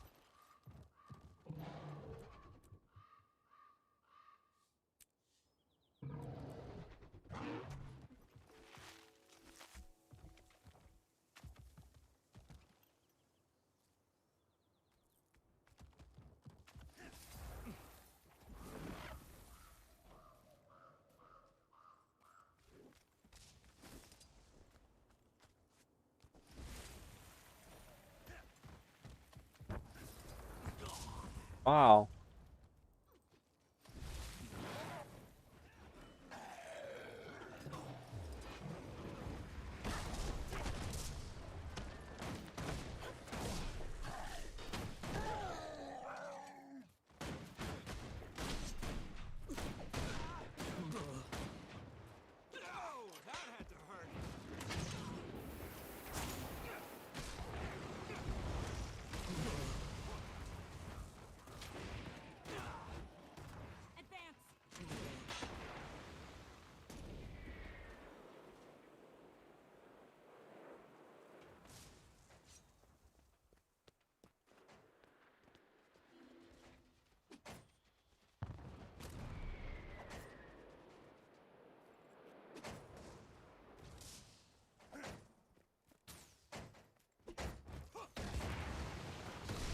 Oh, I need to get my music back up. Yeah. Dropped in to mess with Guild Wars 2 as I do with Texas, fearless and unscathed. How dare you? How dare you mess with Texas, Tar Heel?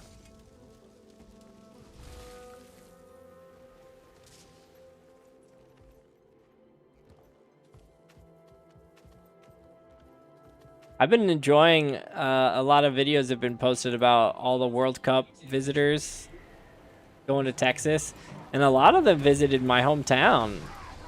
See them at the Fort Worth Stockyards.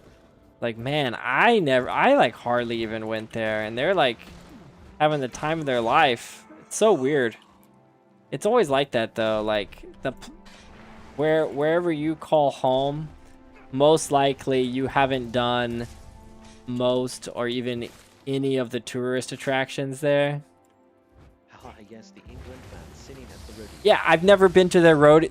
I've never been to a rodeo, and that Fort Worth rodeo is massive, and it was packed with England fans. Like, man, I want to go to a rodeo now. Literally like 20 minutes from my house.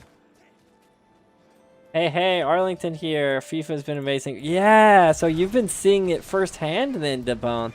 I saw the games are at the Cowboy Stadium right there, right? By the way, it's down to UNC and Oklahoma in the College World Series. Oh. Well, I hope Oklahoma loses.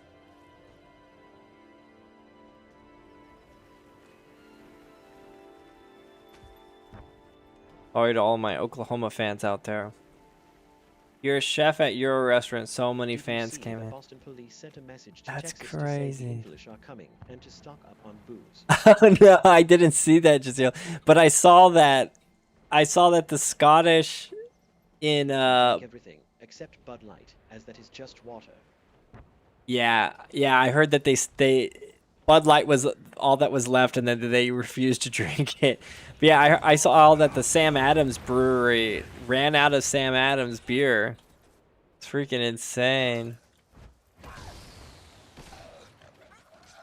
But it looks like there's a lot of locals that are like taking the visitors out on trips and taking them to barbecue, just spending time together. It's kind of cool. Oh, that sounds exciting, Tar Heel.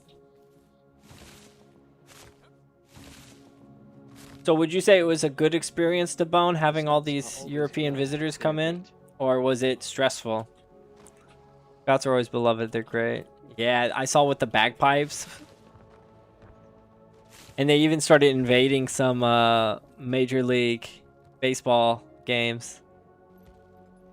I love that. It's so cool.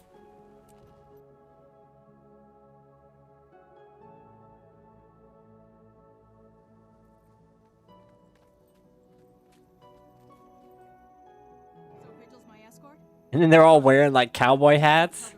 Like, I don't even have a cowboy hat. I'm guessing you do you have a cowboy hat, Devon? If I had to guess, I would guess that you do not have one either. It's just so rare to see Texans, locals, unless you're like an actual cowboy, you're not wearing cowboy hats and cowboy boots usually. That's how I kind of felt about it. Maybe when you get older, you kind of embrace it though. I'm not saying there's anything wrong with it. It's just, it seems like that's how it goes.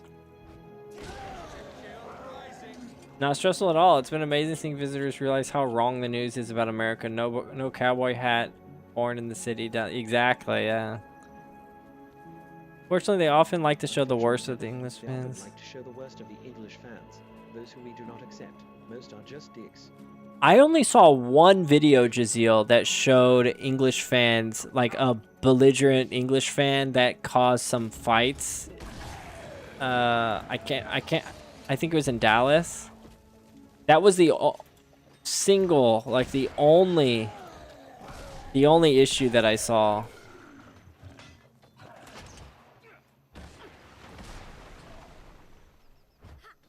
Yeah, it's really cool to see Devon. My favorite is to see people react to Texas barbecue. British media like to focus on it too. It's mad. Yeah. I mean, on one hand, it could be educational, right? To be on your best behavior because you don't want to be like this guy. But if it's portrayed in a way where it's like, oh, look how bad we're acting. All of our fans are acting and disrespectful in other countries. It's like, okay, that's not exactly happening. Most people know to be on good behavior when you're in a foreign country.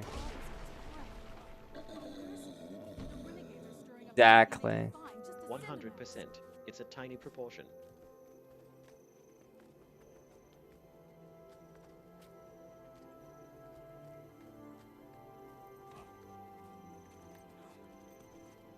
But yeah, luckily, all the stuff that I've been seeing, it's just been like, when are they coming back? This is amazing. Locals get numb to or avoid regional attractions. The Outer Banks are a pain getting to. The Blue Ridge Parkway is understandably restricted for normal road use. Yeah, we get numb. Like I went to the stockyards when I was really young, and then I didn't go back until I took my wife, and it was kind of nice being a tourist in my own city for a little bit. All memes about there being so many half Scottish. So I've been seeing memes about the Korean and Mexican. In 9 months from now, there's gonna be a lot of Korean Mexican babies born. Koreans and Mexicans are getting along really well.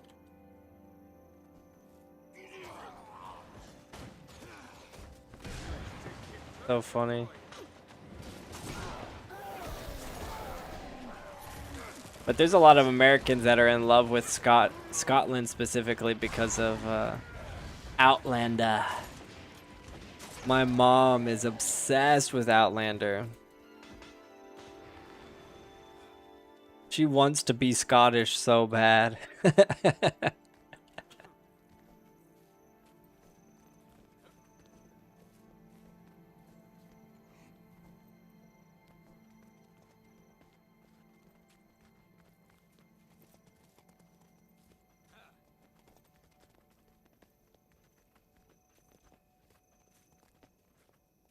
Funny how fast your pig moves. Why is he moving so fast? Because like you're running at a normal speed. Officer on site. Stand at attention. Travelers are self-selected, generally wealthier, motivated, intellectually curious. Yeah, I mean anyone who can afford to travel like basically on the other side of the world just for fun to watch a game, they're gonna have some disposable income to have a good time.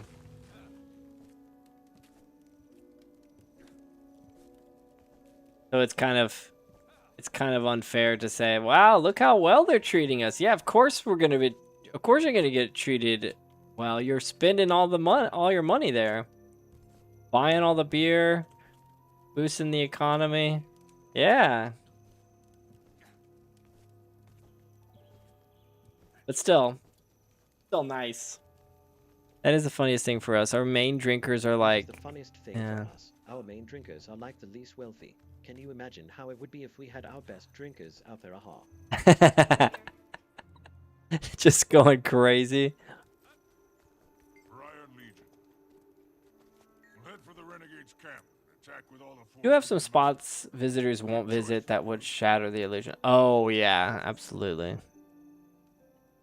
It kind of works both ways. Locals know which places to avoid. We avoid our tourist areas, and we avoid the places that no tourists should ever go.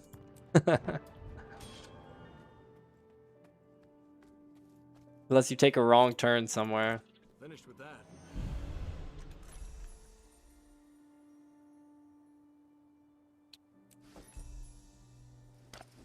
Nice.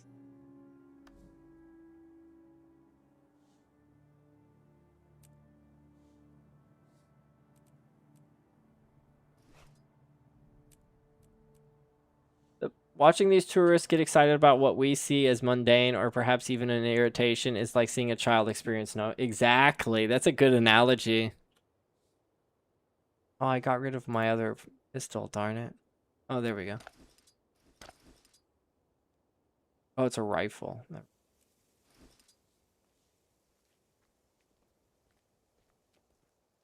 Pistol's actually stronger.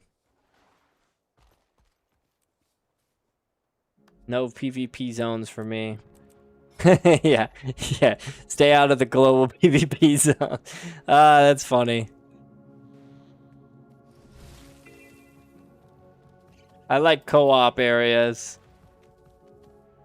Coffee time. Coffee time.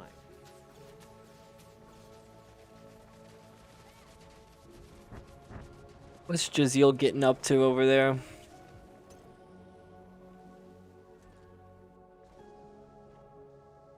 There was that one story I saw.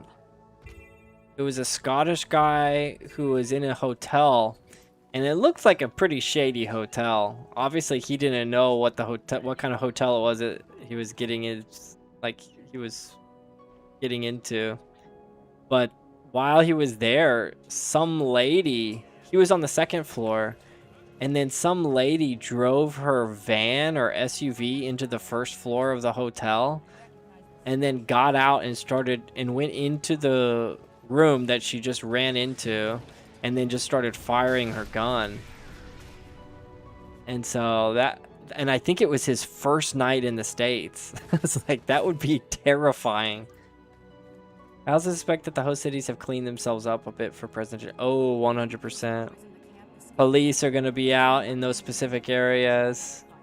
Now get in there and bring Everything's gonna get cleaned up.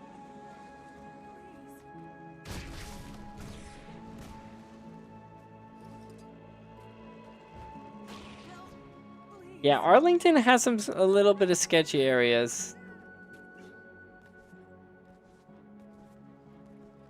Yeah, pretty much everything is out there in Arlington. At least like theme parks.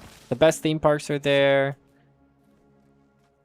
Six Flags, the best Six Flags in the country is there. At least I think it is. That's the only one that I've been to.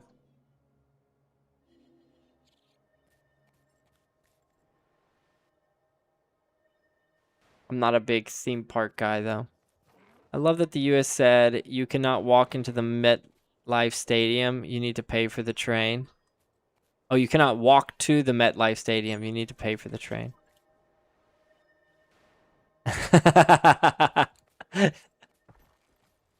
Hey, why is my TTS not working?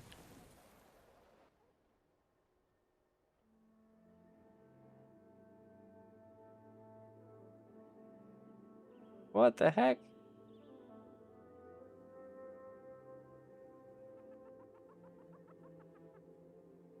Yeah, Americans have an skewed like sense of what it means to walk in the city. Texas, you can't walk anywhere. You can't walk on the interstate. I'm right behind you.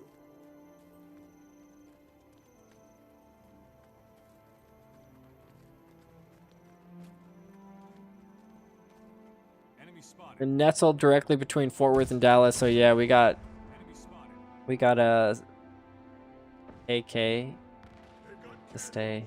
Storm the line. Yeah, I mean Arlington gets skipped over a lot because because everyone knows it as DFW.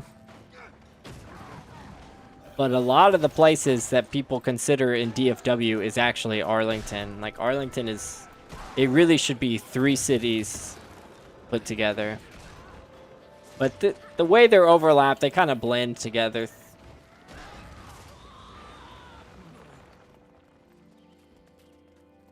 The guy in it killed Will. It's true, with the bagpipes.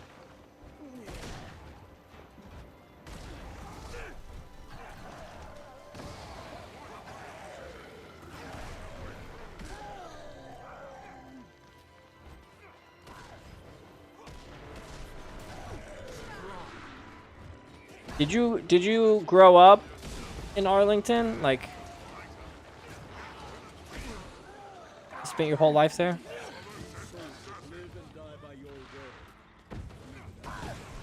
I'm gonna be there in about a week and 3 days.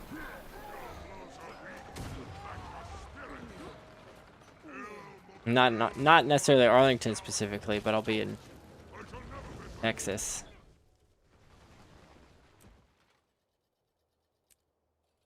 Funny, when I went on a week Med Sea cruise, we were asked to attend a meeting in order to set expectations on how the Euros would act poorly by American standards.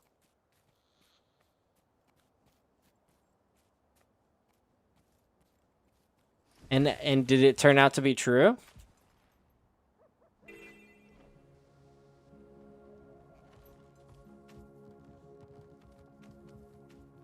I feel like, I don't know. I'm curious to see. I'm curious to know what, like, quote unquote American standards, what that means.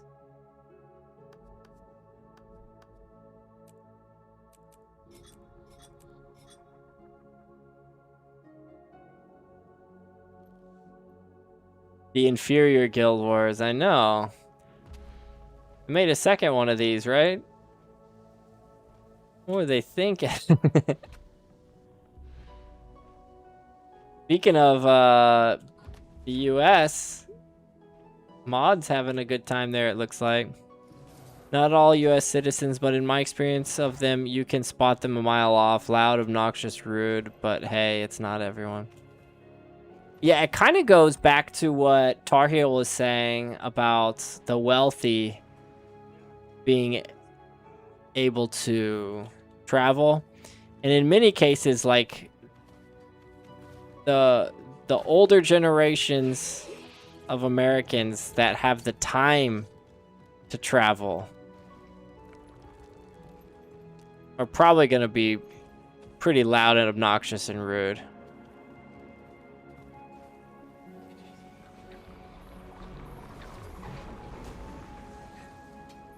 And a lot of times probably more ignorant.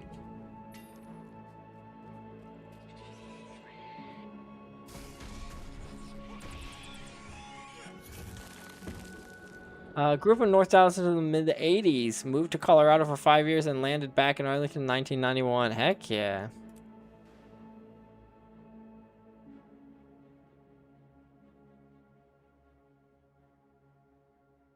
No, yeah, you weren't saying anything hostile, Tar Heel. Oh, wait, you're talking about the expectations. Just social protocols.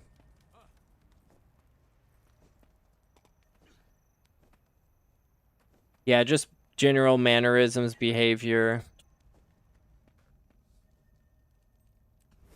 Things that might be socially acceptable or socially unacceptable.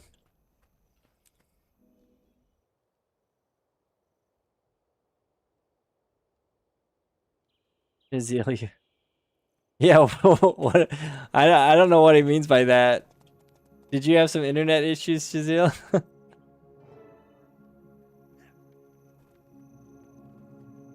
do you need? Greetings.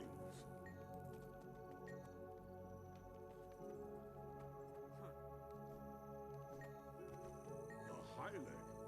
Oh, you chose to help the Hylek? Alright. I'm surprised you chose to help the Hylek, even though you hate the underwater stuff. All done. In Southern, the expectations may have been higher.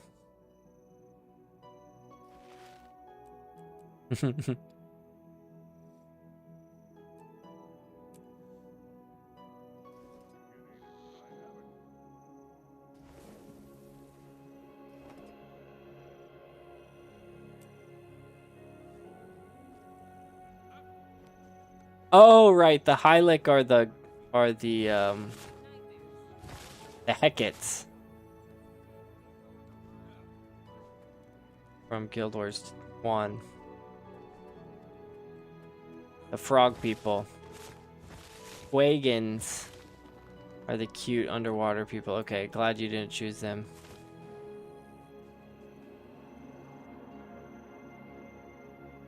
Oh, we're going down to Blood Coast now.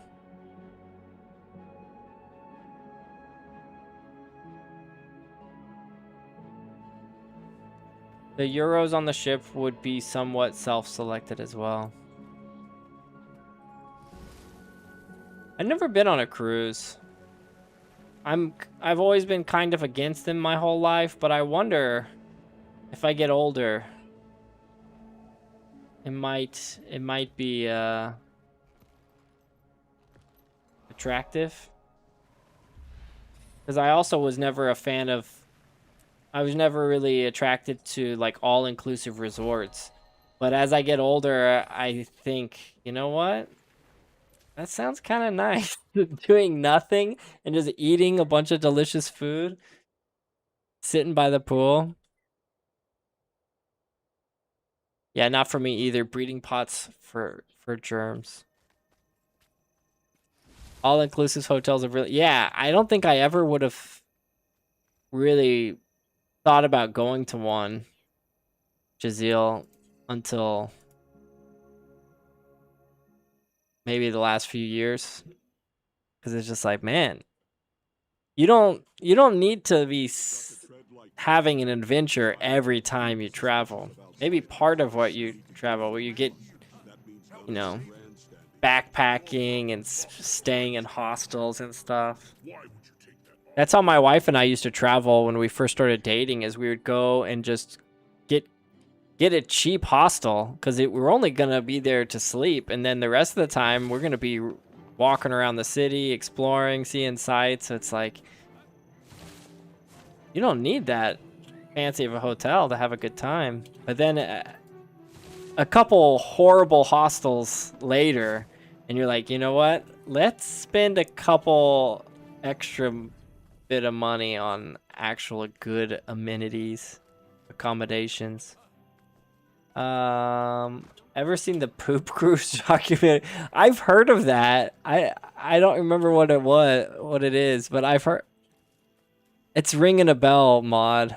Where'd Jazeel go? Where the heck is Jazeel? He's in the underworld right now. It won't be as you get older, you get wiser and realize, maybe not. Yeah. The difference in how we acted, dressed versus the Euros was not noticeable. Oh, was so noticeable. A rumor spread of nobility or extreme wealth. Crazy. Interesting. A cruise is basically a hotel on water with its own entertainment plus traveling to outside attractions. I didn't join you?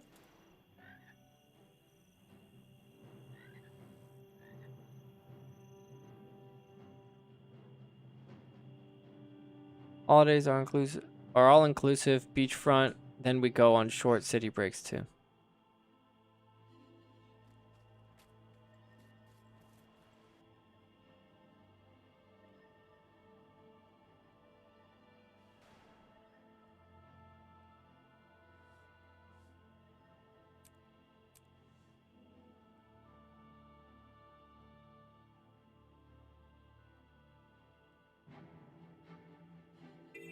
Okay, there he is.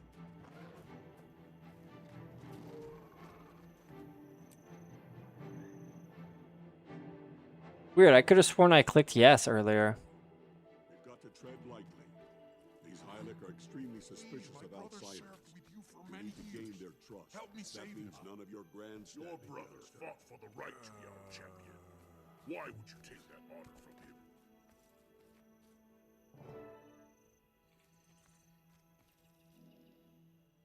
Do the Hylics have shells? Or is that their clothes? That's their armor. Yeah, it's just their armor.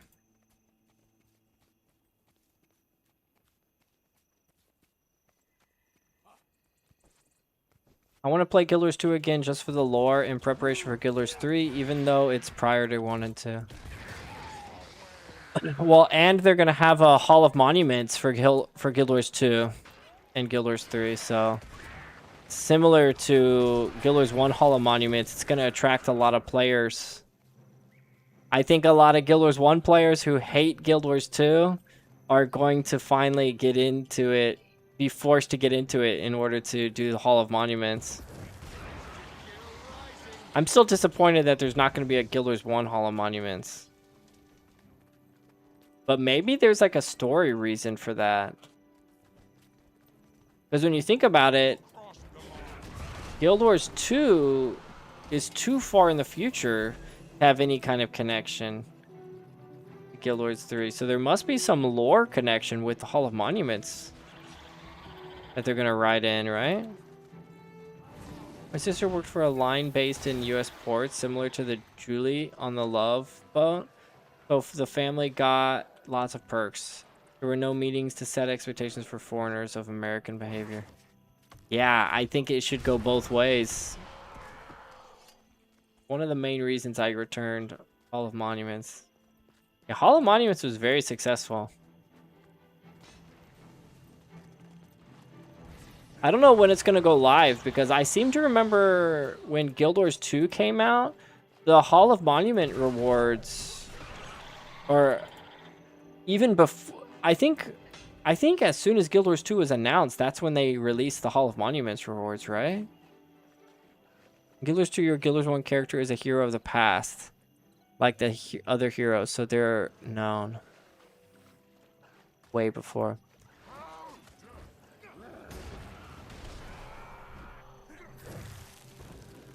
Right, but that's Guild Wars 1 compared to Guild Wars 2. Guild Wars 3 is before both of the games. So how can you have a...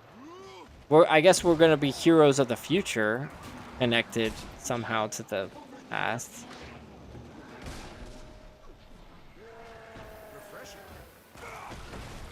You think the meetings weren't needed at all?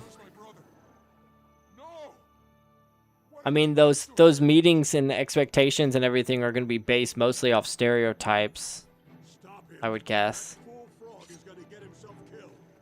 A mix between the 3 games, Hall of Monuments, would be great. Yeah. Because their goal is to have 3 distinct games that are fully supported.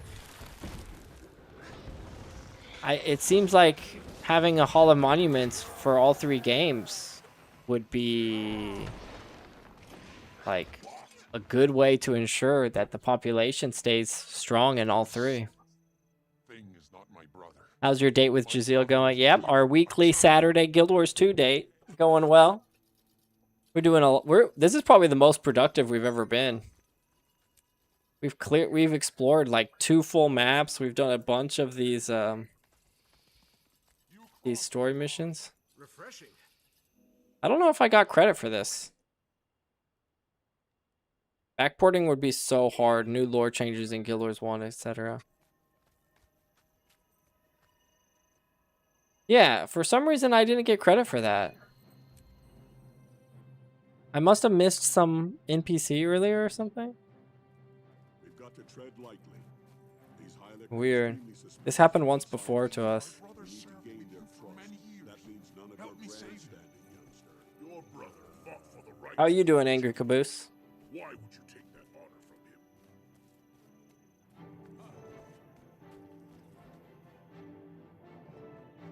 This way, if you want to save him. I think they are thinking about Guild Wars 1 connecting to Guild Wars 3. They are just focused on mobile release right now. At least make Graham important to it or something. Well, yeah, my suggestion was just to have the new Reforged content connected to Guild Wars 3. That way they wouldn't really have to like retcon or change any of the existing content for it. Just have similar to like Soros Furnace type completion achievements. They said you would get Graham credit. Oh no. They said they would get Graham credit. Okay, I'm just gonna embrace the speech impediment there. I want some Graham credit. Oh gosh.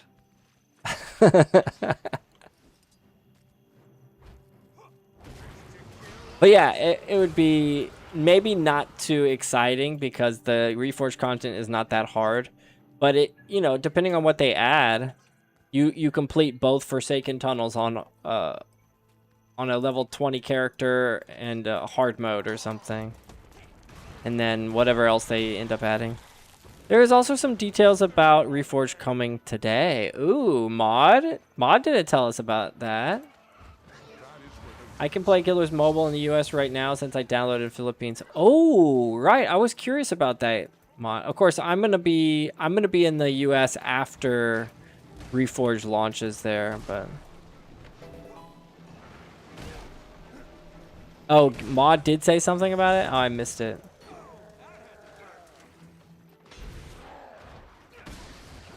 Oh, no, I did hear that. But he refused to give us any ciphers this time. Not that he did that before.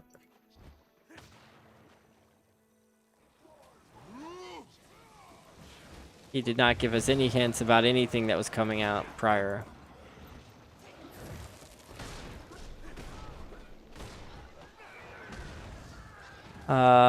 You said news coming. No, I don't think so. I don't think VPMs have any effect on it because it's going to be tied to your store. So, for example, the reason I could download it is because my app store is registered to my Korean account. If I had it set up to be connected to my US account, then I don't think I would be able to get it even though I'm living in Korea. So you would need to be able to, you would need to have payment. Basically, you would need to You would have to have regional payment information, payment method to do it. I would need to behead him. See, this is what I missed last time.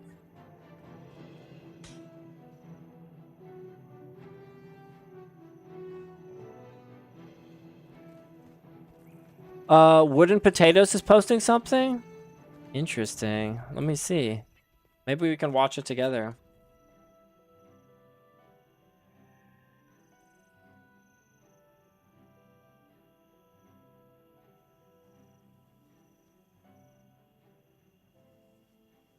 There's just a lot more data.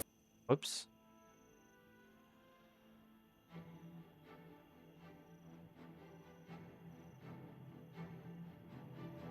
See what he's talking about.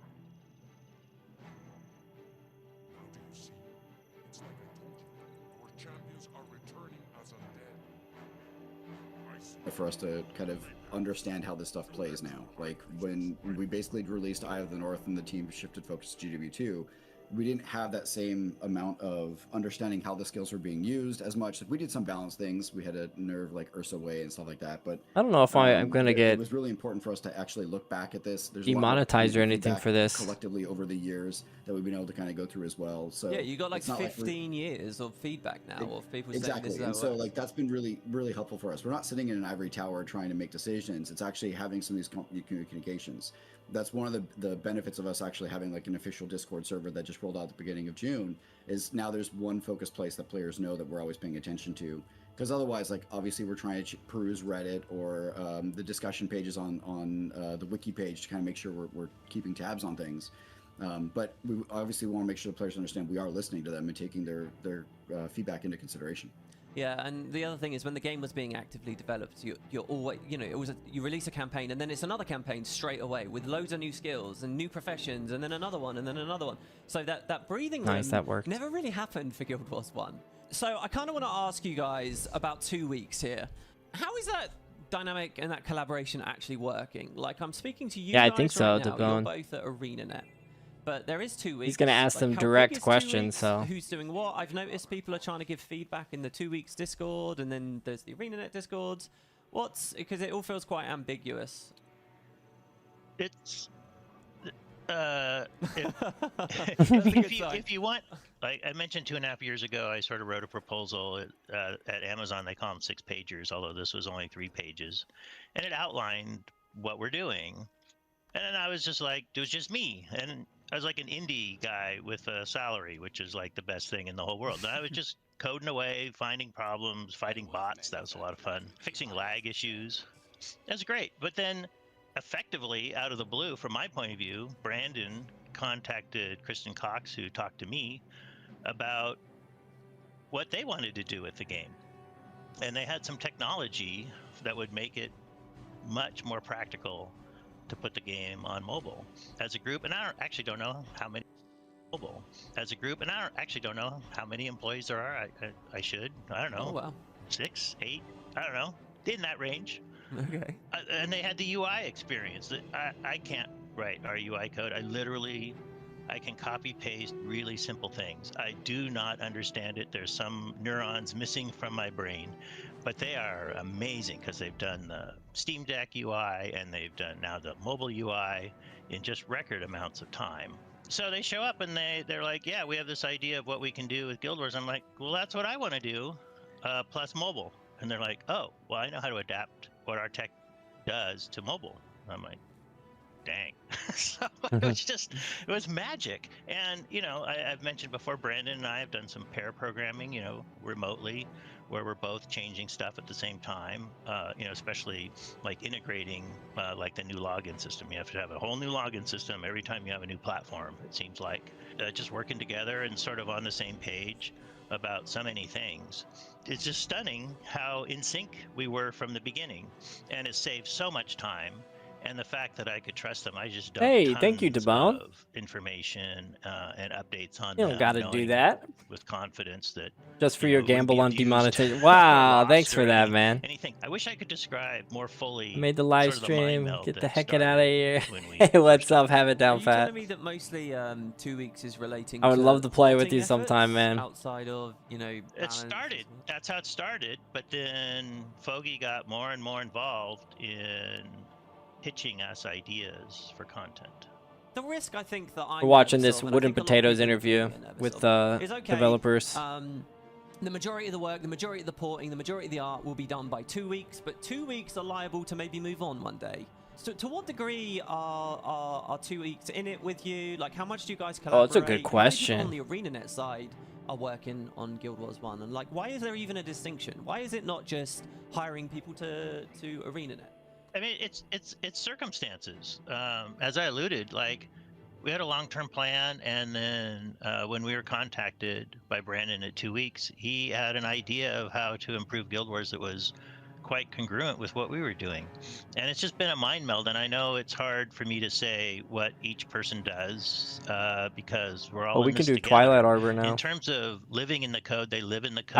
I love Wooden Foggy lives in the Potatoes. tools. In terms of the size of their team, that's actually difficult to say because they can also sub out work, right? Oh, right, so it becomes like Russian dolls, really, to a certain level. yeah, exactly like that. Yeah, yeah. And then in terms of people at ArenaNet, there are people who volunteer their time. Like Aaron Coberly does art reviews of the stuff that comes from 2 weeks, and you know his eye is incredible. Yeah, you know, Izzy jumped in. Yeah, Tammy reviewed the new maps, so the new dungeons. We Yeah, Wooden have, like, Potatoes one of is the who original really Blue inspired One me map to artists even helped us out start there, making so, Guild Wars I content at all. I agree with Steven. Like, it is a very close blend. Like, we're talking to them on a regular basis. We're in the same meetings, having these conversations. Yeah, let's just explore. And again, it's the same goal of just like, how do we continue to build really cool things for this franchise? Part of the caginess of like, how long is this relationship? I mean, My ultimately, it's going to son, depend on 10-year-old the son's players. loving Warrior Like, if the Ranger players and are Pre. really He's excited level and they 9. We're continue doing to the come last in and episode. play the Heck game yeah, and, that sounds get fun, excited Pat. about the things that we're putting out. We're going to support this game as long as we can. That sounds like a That's excellent. dream, Would man. you guys say that you're still in like a growth phase with the picking up Guild Wars 1 again? Like, are you still expanding, or was it more a lot of expansion at the launch of Reforge and now things are kind of stable? Good I mean, I'd say question. we're still expanding a little bit because we have been hinting about things that are on the horizon. But like I said, we've not hit peak yet. But Good we have answer. ambitions, so we'll see how far we can take them. They're a full like indie group. Haven't so it's hit not just, peak like, yet. Programmers, and that was a lot of the initial work in terms of getting Steam Deck support, going, because that was one of the big things we wanted with the relaunch in December. But at the same time, we knew that was the starting point, and we always wanted to go bigger. And so Foggy and I have been having conversations on the back end.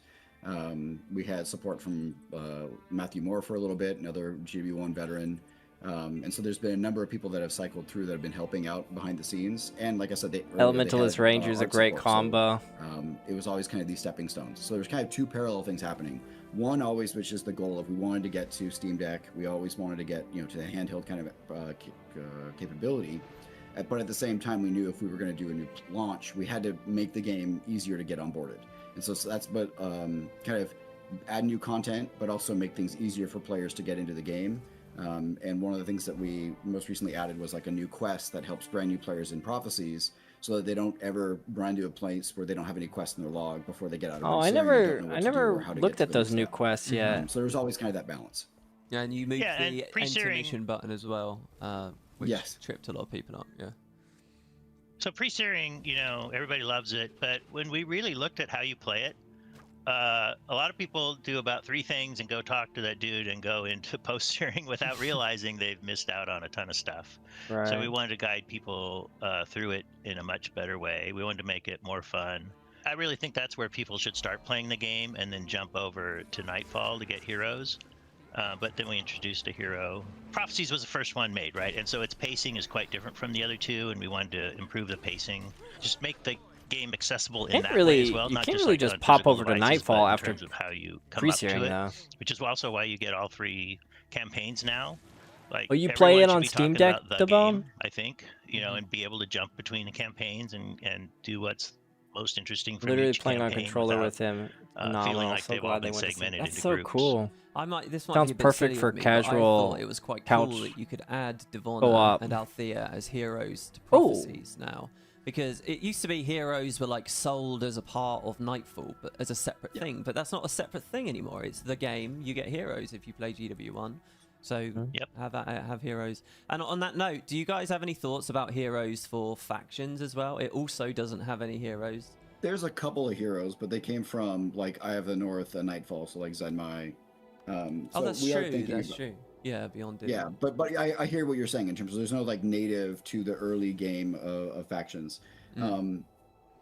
It's not something we're actively talking about at the moment. They need 'cause I at think we've least got some one, other like priorities, Devona. But it is like one of those things that's on our backlog that we do want to go back and revisit in terms of we spent a lot of time focused on the Prophecies experience. Not an the early assassin game one, experience, hopefully. Just because that's the one that we expect a lot of the new players, especially when you launch on new platforms like mobile, are going to hit. First. Yeah. We want to make sure that's They need to add Menlo next. But we If do they add a recognize that we have faction this one, weird problem of, probably Menlo there's should 3 be starting the tutorials and the you know, factions depending on which campaign you choose, it totally faction is different. hero. So like we don't teach heroes in Prophecies yet. But Menlo it's is one so of those we probably have to tied think to about the maybe how main we're onboarding those quest. Like experiences. I see. That's good. Yeah, When I saw you started with he's in Prophecies, both I think a lot of though. us naturally thought, well, they'll do a factions bit for Reforged and they'll do a Nightfall bit for Reforged. Obviously, you've changed the philosophy of the Reforged battle. Oh, but no, Menlo comes to factions as part I of agree. the Prophecies. I think we do have a long list heroes, of right? that we want to do, but at the same Not time, we're until also you get being a practical Caning about it Center. as well. Because we do want to. They need to add bring a this game that Xingje has been out for hero.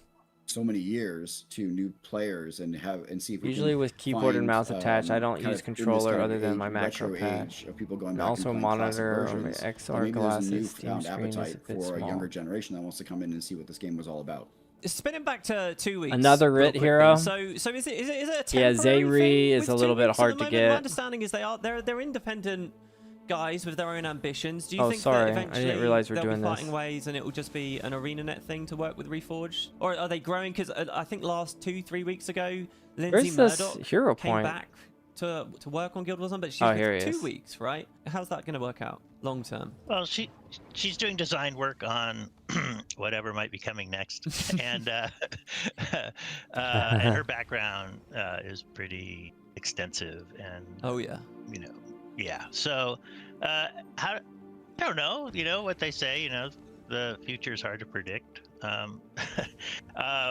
Right now, the engagement and enthusiasm is extreme. You can see it at This the person rate said he things was are coming expecting out, a face reveal for Wooden if they grow Potatoes. their company I later, don't think know. Wooden Potatoes I will don't know. ever do I a just face so reveal. excited right now, and I think, you know, we've got a roadmap that I wish I could publish, but I can't. That goes out, you know, through the end of For the year. sure. Basically, we've been doing it step by step. Xandra is Sort Eye of the my North. Business philosophy is, you know, do small things that generate Zayri cash is so at you can the do end next of thing, the right? pretty So much Paul at the just end used of to your say, Guild you know, he Wars makes money so he playthrough can because a make lot of movies, people not the other way around. don't do Winds of And Change until so you've done everything that's else. what we've been doing, and so, you know, the 20th anniversary horrible. paid for a lot of the stuff that we did through the end of 2025, and then the stuff we gosh. released in December, which is quite late in the year to release things, but that went well because I guess nobody else was releasing anything.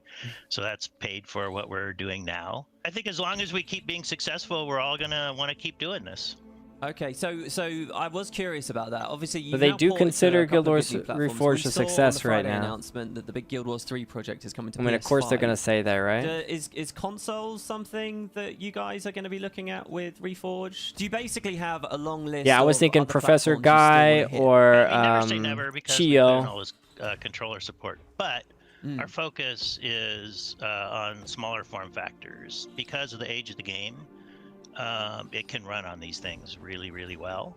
Finally. And we just focusing on making that experience really solid as best we can. Like, there are so many different phones in the world, different display ratios, and it's just nuts. So we still have a lot to do there, but I think the fact that it's a super efficient game, our secret sauce, one of the secret sauces is that we can target these smaller devices. And so I think that's and it looks great on them.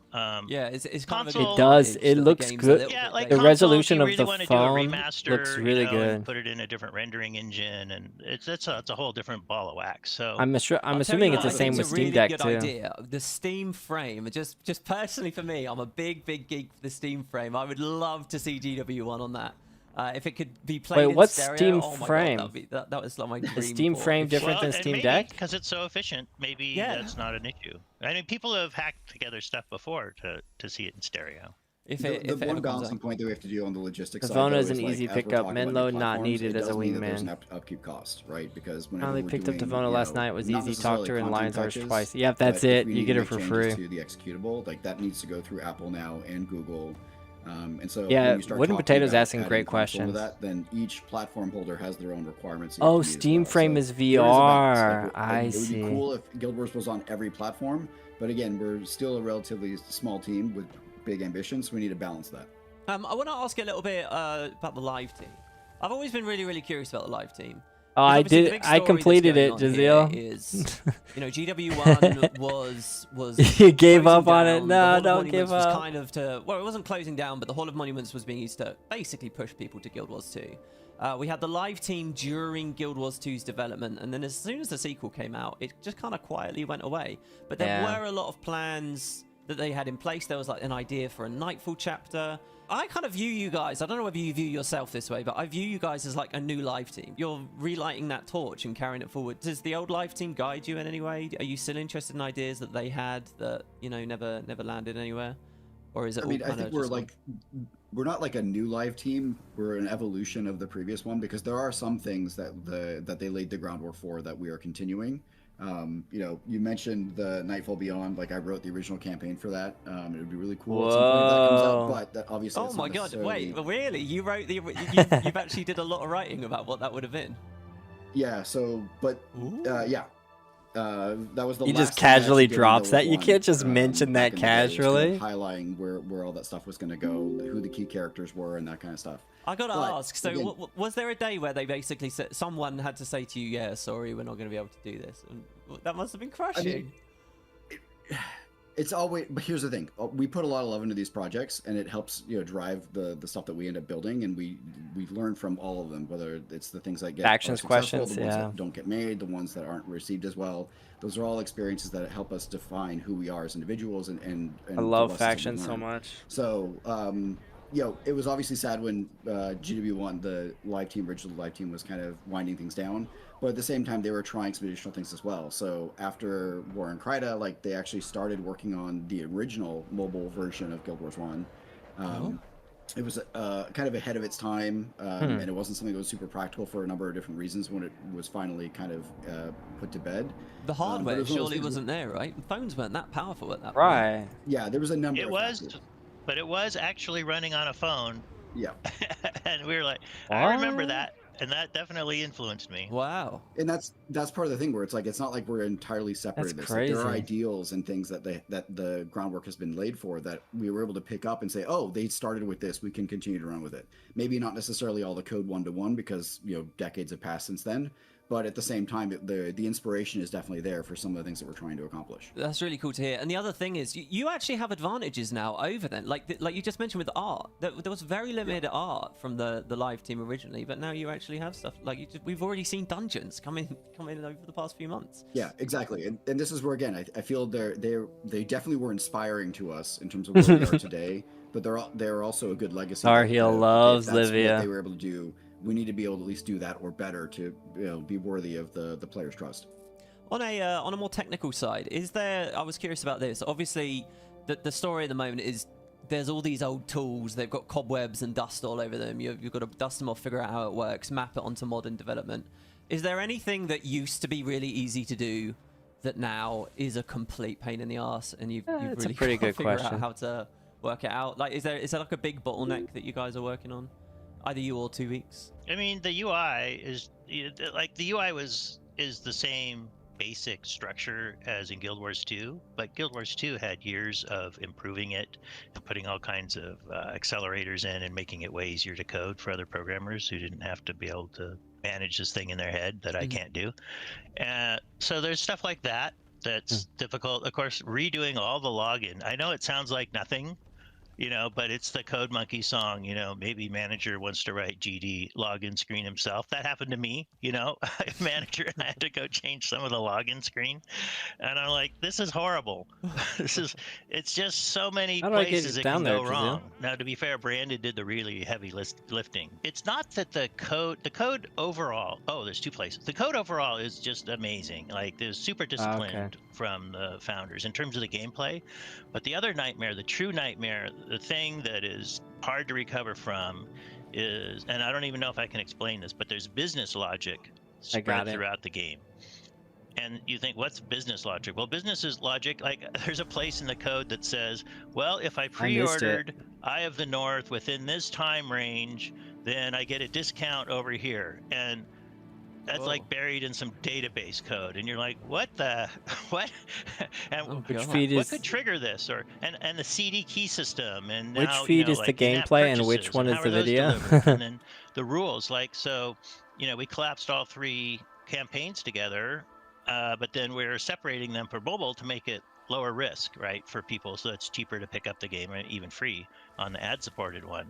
Okay, well, how does that interact with the other? Well, I'm playing Guild Wars 2 right now, DRAO. Makes my brain explode. And I know your average person who plays a game, they just log in, they think it's great, and I'm glad that's their experience. But behind the scenes, it is mind-boggling.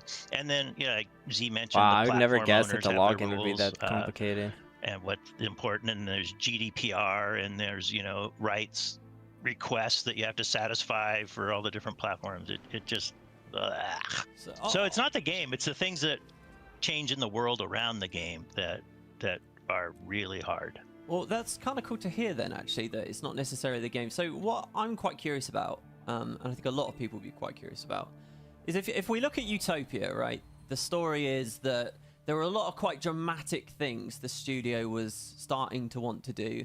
The poster child is the dynamic campaign events that eventually became. Yeah, I want him to ask more Utopia questions. It kind of all led into, hey, we really need to do a sequel to do all this. I'm wondering what the philosophy is now today, because Guild Wars 2's out now, and we've seen a lot of those experiments, and we've seen how it can make a very different game. Is the future of Reforged... I wonder if you plan these questions. The engine in big ways or tackle big ideas? Or is it more, okay, we've had 15 years, we get what this product is now, we get where it sits in the genre, and we're going to try and stick to Guild Wars 1's strengths alone? I'm curious how, experimental you guys are feeling about Reforged, basically. I don't think those are mutually exclusive. I think we do know what the game is now. There's obviously a long pedigree and history of the players that have come before us. And all the data that they've given us from skill usage and things like that. Yeah, I don't want to see new professions either, Tar Heel. There is something very that would be such a headache and strategic about this game that doesn't. You have some idea for what he's going to ask as much. And because of that, there's you can run Guild Wars 1 on an Android using Windows emulator. How you engage in those systems, especially now with controller support, even before the app. It's a little bit of balance, but it's not one or the other. For example, in your heart of hearts, I doubt that might be easier to use just on a Windows emulator than actual mobile. Then we've seen a game that has jumping now. Guild Wars 2. You have mouse and keyboard hooked up. I would say legitimately off the table, because I think one of those things is there's so many years of content that have been built or assumptions built into the game. Questions are 100% traded between both parties before this interview. That was my experience with these types of things. There's any number of so that there's no surprises of what he's going to ask. How the creatures and he doesn't go off the cuff. So I think that one is probably out there. But at the same time, I want us to still be ambitious. Some of his questions seem to be perfectly segued into, though, so that's why I was wondering. Still some amazing stories that we can tell that between the Guild Wars 1 time frame and Guild Wars 2. Wow. Oh, you can use mobile UI in PC version? No, we pretty much want to stick it at Guild Wars 1 as it is. I guess we've seen a little bit of that as well, with the accoutrement as well, right? So we've got a permadeath mode that we can play now. You formalized Iron Man. I did have some questions about that. I noticed that they're still regarded as in beta, but I was, they seem pretty set. They seem pretty decent. Do you guys have a lot of big ideas there before they actually leave beta, or is it just waiting a while to be It's us being conservative, honestly, and setting expectations. It's our first. Yeah, he's not going to do anything. And, we want to be fair to people that make it clear when we're experimenting and when we're not. Now, I've had quite a few big community discussions about what the other gods, the other statues, the other ideas could be. Is that something you guys are excited about, getting more of them in? I mean, it really feels like there could be some big ideas there. On a personal note, I'll say I love the Cormyr one, where basically you don't do anything and have the heroes and henchmen do all the work for you. You saw that? Okay, all right, yeah. That was so out there, though. No, I mean, I love the creativity that the community has put behind it, right? Because obviously there are certain things, there are certain characteristics and traits that are attributed to the gods that. I thought they were going to reference our build wars challenges I think for a second. Be opportunistic about some of these things. It's really about, does it make sense for what we're currently trying to accomplish? And in this case, when some of the stuff came out right before the holidays last year, because it was giving us time, it was buying us time to like, here's some cool stuff that players can go do while we're getting ready for like the next dungeon and those types of things. Sitting still while everyone fights. And then she takes all the credit. Say there's like, we're actually working on a new game mode there, but at the same time, like it is one of those things where if it lines up with what we're trying to accomplish, it is something we will consider. Okay, that's interesting. So what about, for example, even more new heroes? Should we be expecting Sin and Menlo and Aiden, or is some of the stuff we've seen just now just sort of an interim? We'll get. I have, we obviously have seen those requests. Now that we've gotten some of them, it'd be great to have the rest of the crew in there. I think heroes are a very special thing in terms of the capabilities of what they can do. I think we opened the doors with the mercenary heroes from the original live team. So that it wasn't necessarily about needing X number of monks or things like that, because you could always fill them in with the mercenary heroes. So there's less of a pressure for that, although we did want to make sure we did get the third Mesmer hero in with Lady Althea. But at the same time, like there's cool ways to memorialize those characters. So I think whenever from a story perspective it makes sense, we'll probably try and find ways to add some additional heroes for that. But there's nothing that we can confirm right now. I really love that you guys put Althea in, by the way, as a Mesmer, because there were so many people saying, oh, they won't do it because mercenaries, people need to buy mercenaries to get their Mesmers. And you said, no, hey, look, here's a cool Mesmer that you can get. So that was a pretty cool thing. Yeah. We'd be happy if people continue to purchase the mercenary heroes and continue fund development for what we're doing. But at the same time, like we also need to recognize that we want to make this game for everybody. Yeah, and the thing is as well, like the philosophy of Guild Wars 1, when it came to microtransactions and stuff, it was for the fun. I'd rather have the guests know the questions for better answers. Because all yeah, these that's a are good my other point. Characters, I get to play with them. It just seemed Not like necessarily because it's one of the questions he asked recently, a little while ago. It seemed like he just came up with it off the top of his head. This is a bit wish-listy, but I'm wondering if you guys like thought about this. Have you thought about enemy armor levels? Like I noticed that in a lot of the game, like around prophecies and factions. There's a lot of work that's gone into, oh, hey, this enemy is an elemental, it's weak to blunt damage. This enemy is a char, it's weak to burning, or whatever. But then once we hit Nightfall and Eye of the North, I don't think they're going to get too technical with this stuff, though. And, Guild Wars 1 has quite a rich diaspora exactly, of Anima. different weapon types. No heart. Types. Don't have any Guild Wars 2 Hall of Monuments yet, though. De-emphasized. Do you guys think about that at all? Yeah, it got de-emphasized definitely in the later content. It is one of those things where like I don't think we're going to go back and add it to like all the existing game modes, because I think part of what we're trying to be is really efficient in terms of where we're putting our resources. But that doesn't mean necessarily that stuff won't necessarily come back in kind of whatever is next. Okay, that's cool. What about maximum pips of degeneration and regeneration? There's a lot of cool degen and regen based skills in the game, but they kind of lose a lot of efficacy. Because it can only go to like 9. And we've seen some skills, then they add like ticking damage as you're moving or whatever to try and give a bit more of an idea of degen. But I've always thought, man, if Guild Wars 1 was getting developed again and it had, the actual chance for engine stuff, that initiatives like that would be amazing. We've had a couple outlandish ideas of things we wanted to change. And then as we've been vetting through it, we found unintended consequences of things that we would blow up if we made those changes. Oh, no, like what? Give an example. We have to be careful to some extent. And so when Stephen was talking about us being conservative, this is generally what we're talking about. Of like, we don't want to disrupt the gameplay for everyone because we didn't think about, 5 steps down the road. Now this boss is completely impossible because he has so much regen, and we have to go back and take a look at all those individual cases as well. Yeah, that's the big issue is the NPCs use the skills too. I had this naive idea.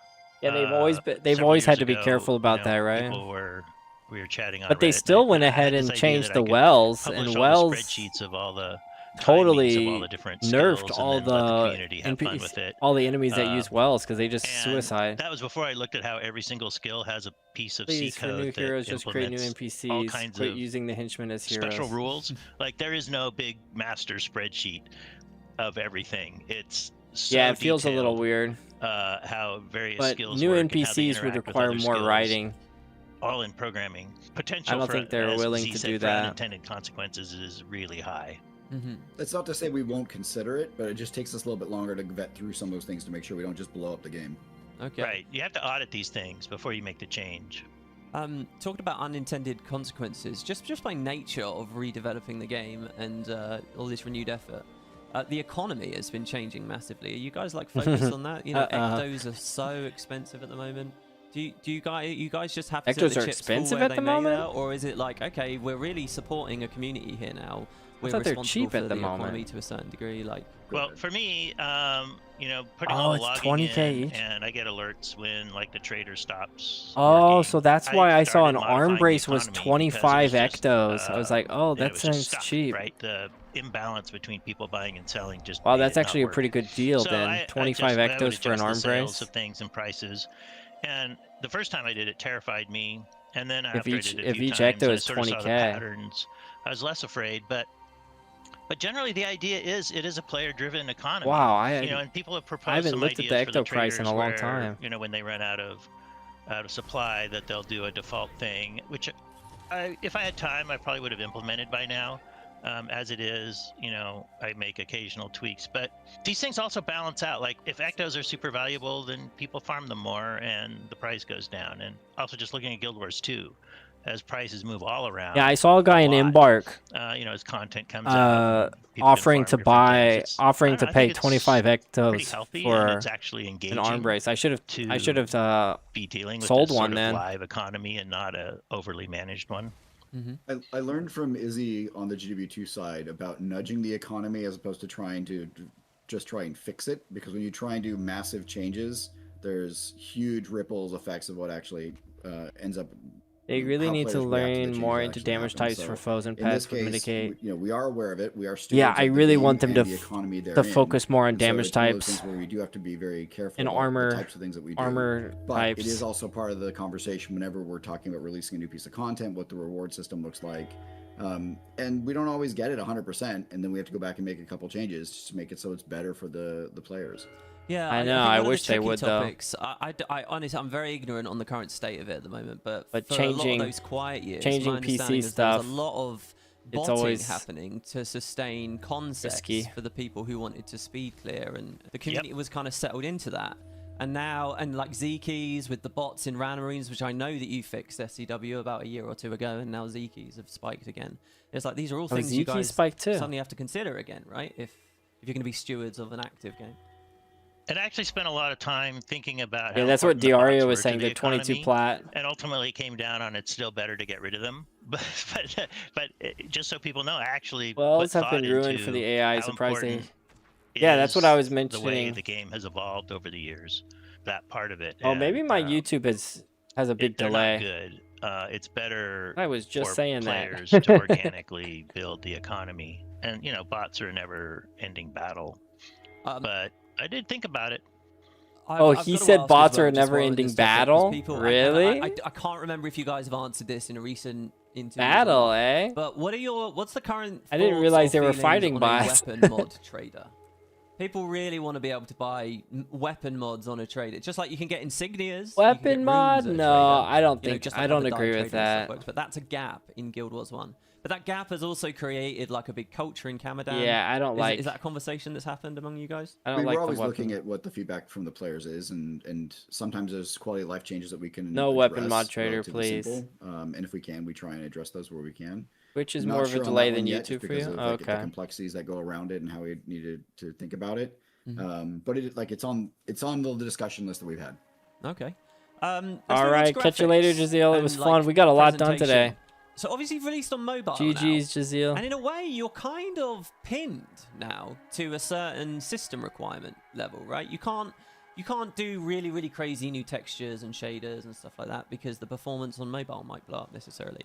So what Actually, Oh, go ahead. The limitation is. You think they heating should up make the phone. more weapon Like, mods? the mobile devices are so far beyond anything Guild Wars shipped on that you can do anything you Interesting. want, but it tends to cook the phone, and so Yeah, that's the real phone limitation. overheats But we're like already crazy. shipping back to devices from 2000, so we're covering a pretty broad My phone range gets of so hot when I devices, play Guild Wars on but, mobile. they are very powerful. It's just they consume power or they get hot, and we don't want to break people's phones. So Yeah. you are open then to, like we saw ambient occlusion with the release of Reforged, you are open to continuing looking at modernizing, making the game prettier, because that obviously helps Yeah. access new audiences, right? As good as it, the better it looks. Yeah, like a simple thing would be way more lights in a map, right? I was quite curious because you guys did the high resolution skill icons native. Finally, we got the resurrection signet and a lot of different icons that hadn't been visible before, which was so exciting to me.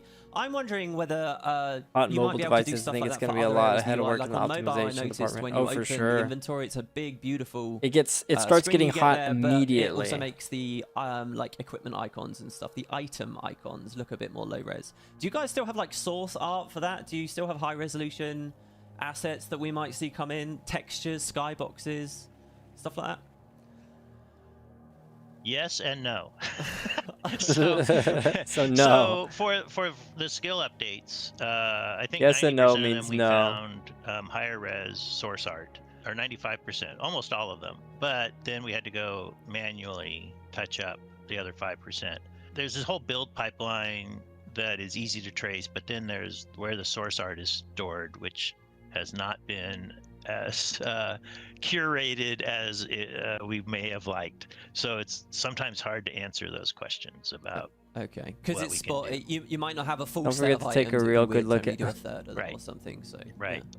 yeah. Okay. I mean, that was part of the consideration of what resolution we actually went with, was what was going to look good for all of them, not just for some of them.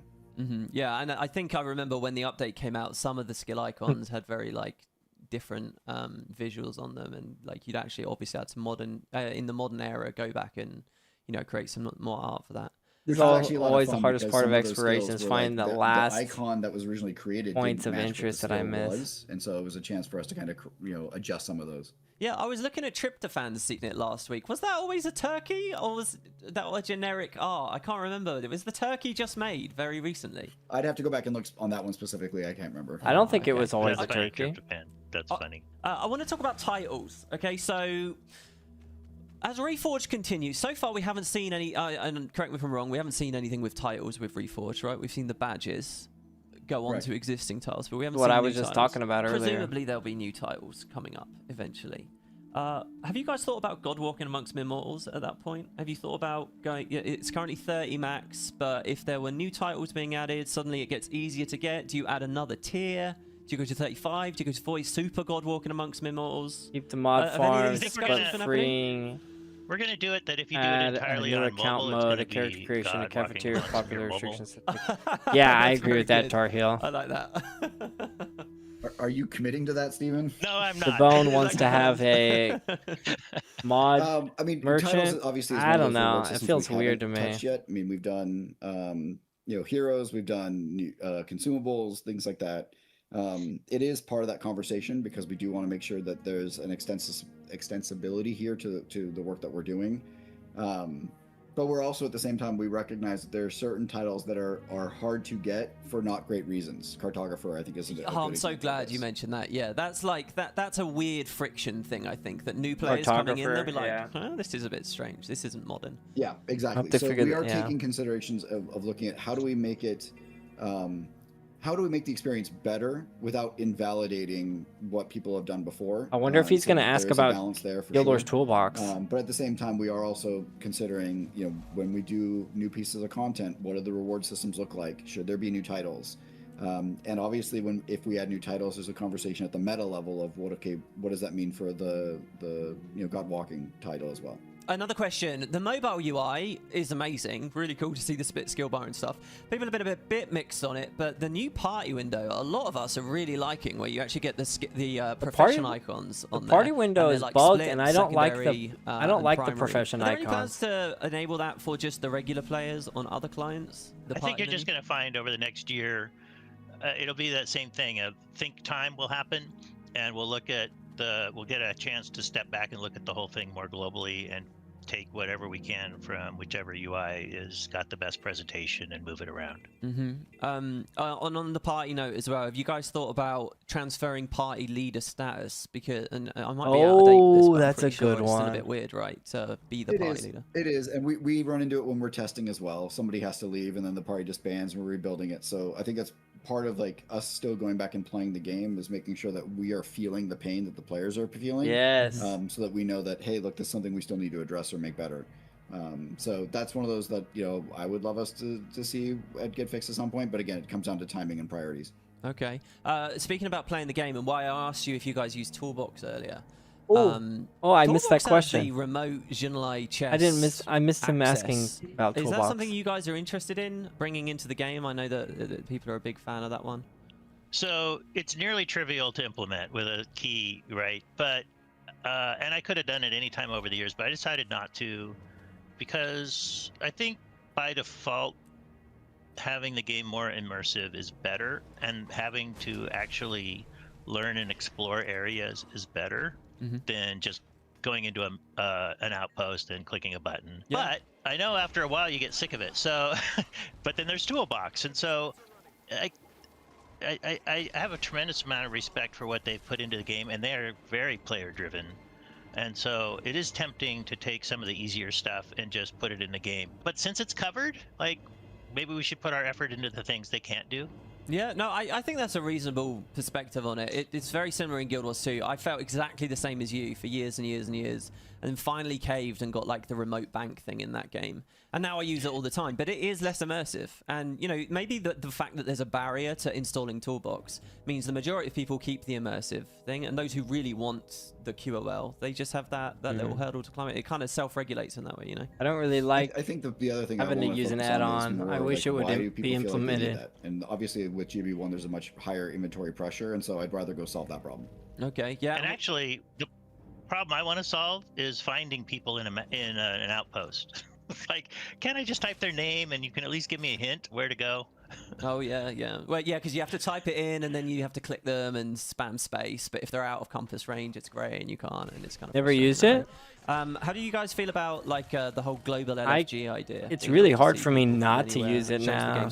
My Toolbox isn't even working currently. Like, doesn't Toolbox do a weird I'm thing so- at the moment where they have I'm to so park spoiled by alts it. all around Tyria? So that they can be seen on their website, so that you can see like a unified LFG. I agree, Tar Heel. I don't know the Whatever answer to that. titles they I'm need to feeling like add, I'm they need blindsided to you. have a separate Yeah, well, purpose I know other they- than you know, Guam. I gave them a Guam number of is accounts kind of so they could put sacred, bots in Commandant, and so if they when make it blows up Guam to a large number of districts, easier to get with Commandant new trade chat will titles still work. But that are, and I've given I'm other presuming friendly would be botters easier. some accounts. That would make a lot of people Yeah, I don't upset. know. All right, something. But I take your idea on board, and we'll think about it. Okay.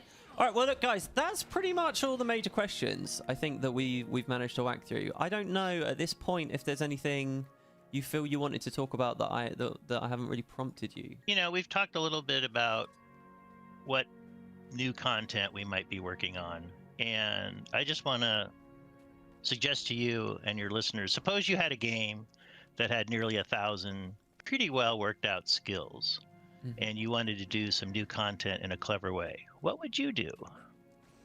Are you asking me right now? Or Yeah, sure. And for everyone, like, well, speculate. I like the randomizer idea. We touched on it a second ago. I love the idea of like a lesser accoutrement or whatever. That you guys probably don't know this. Years ago, I did a fan challenge on Guild Wars 1 where I looked at all the monster skill bars in the game.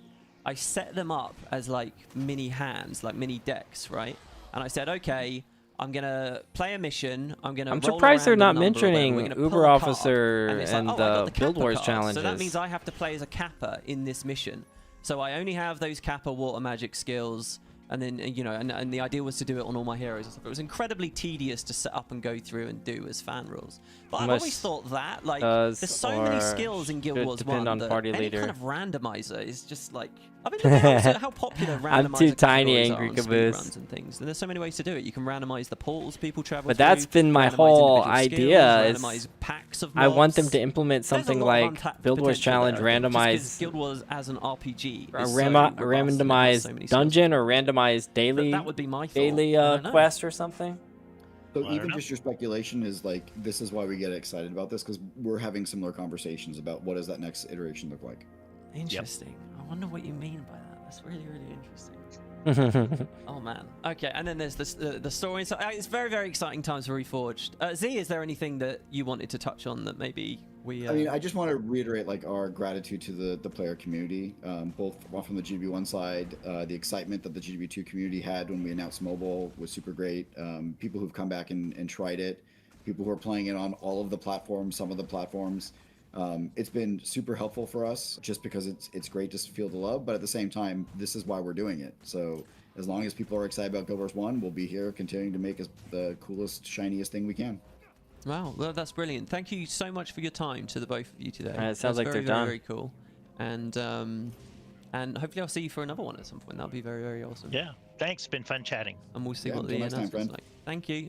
Take care now. He might talk to the viewers. Well, there you have it, guys. Thank you again to ArenaNet for this amazing opportunity for this interview. And I've got to ask, as I close the video out here now, guys, what do you think SCW Yeah, that was a talking good about interview.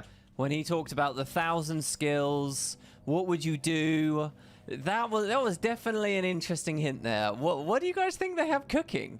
Let me know in the comments down below. I'll be reading very Randomizer closely. sounds like thanks for the- listening. I sounds haven't like what they given need an to do. interview for a while now. So if you guys like this format, I mean, I had a lot of 1,000 fun. skills, make let the me know 1,000 skills And, you know, I'll see what I can used. do about getting maybe some more. That was very, very, very cool. Thanks, guys. I'll see you in the comments and in the Reddit threads or whatever. And I'll see you next time. You'd make a card game. I feel like Guild Wars. I've always thought of Guild Wars as a card game, though. You know? Essentially a deck builder already. Would you, by chance, want another 18 bag slot? Yeah. I would love an 18 bag slot. Let me know if you want me to pay for it, though. I got some money.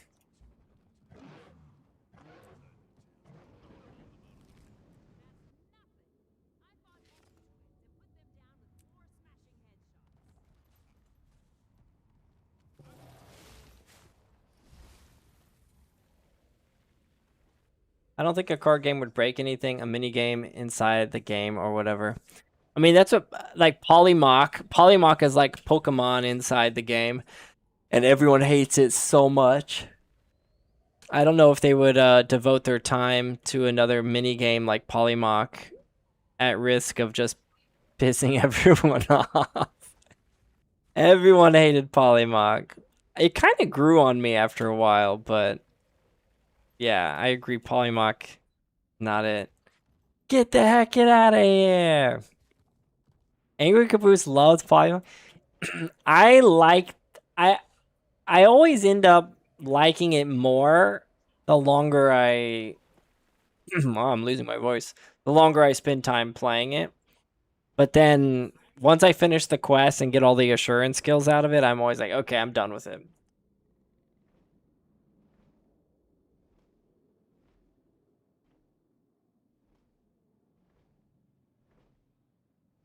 Leaving a message to remind Uber of his noobness when he logs in later would be boss and a public service.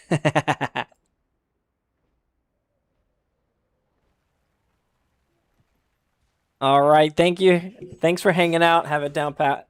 Yeah, I'm going to end the stream here. It's getting late for me, and I'm losing my voice, I just realized. That was fun. Got to listen into Wooden Potato stream. I thought it was a successful interview. I thought it was a successful interview with good questions.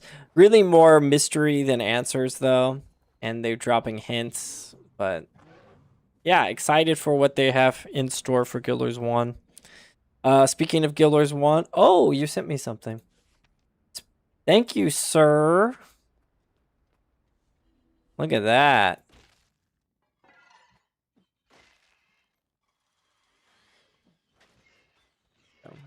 Oh, this is a...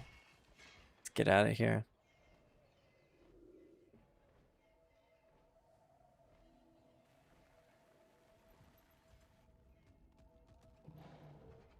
12, 8. Okay. Speaking of Guild Wars 1, I will be doing my normal Build Wars challenge stream tomorrow. So make sure you join into that. I have some new builds that are on the spinning wheel. One of them is no single target skills allowed. So all skills must be AoE. That includes heals, attacks, spells. Should be fun. Always fun. Thanks for hanging out, Spare. Check out Spare's channel too when you get the chance. Another Guild Wars streamer. And I will catch you guys tomorrow. Peace.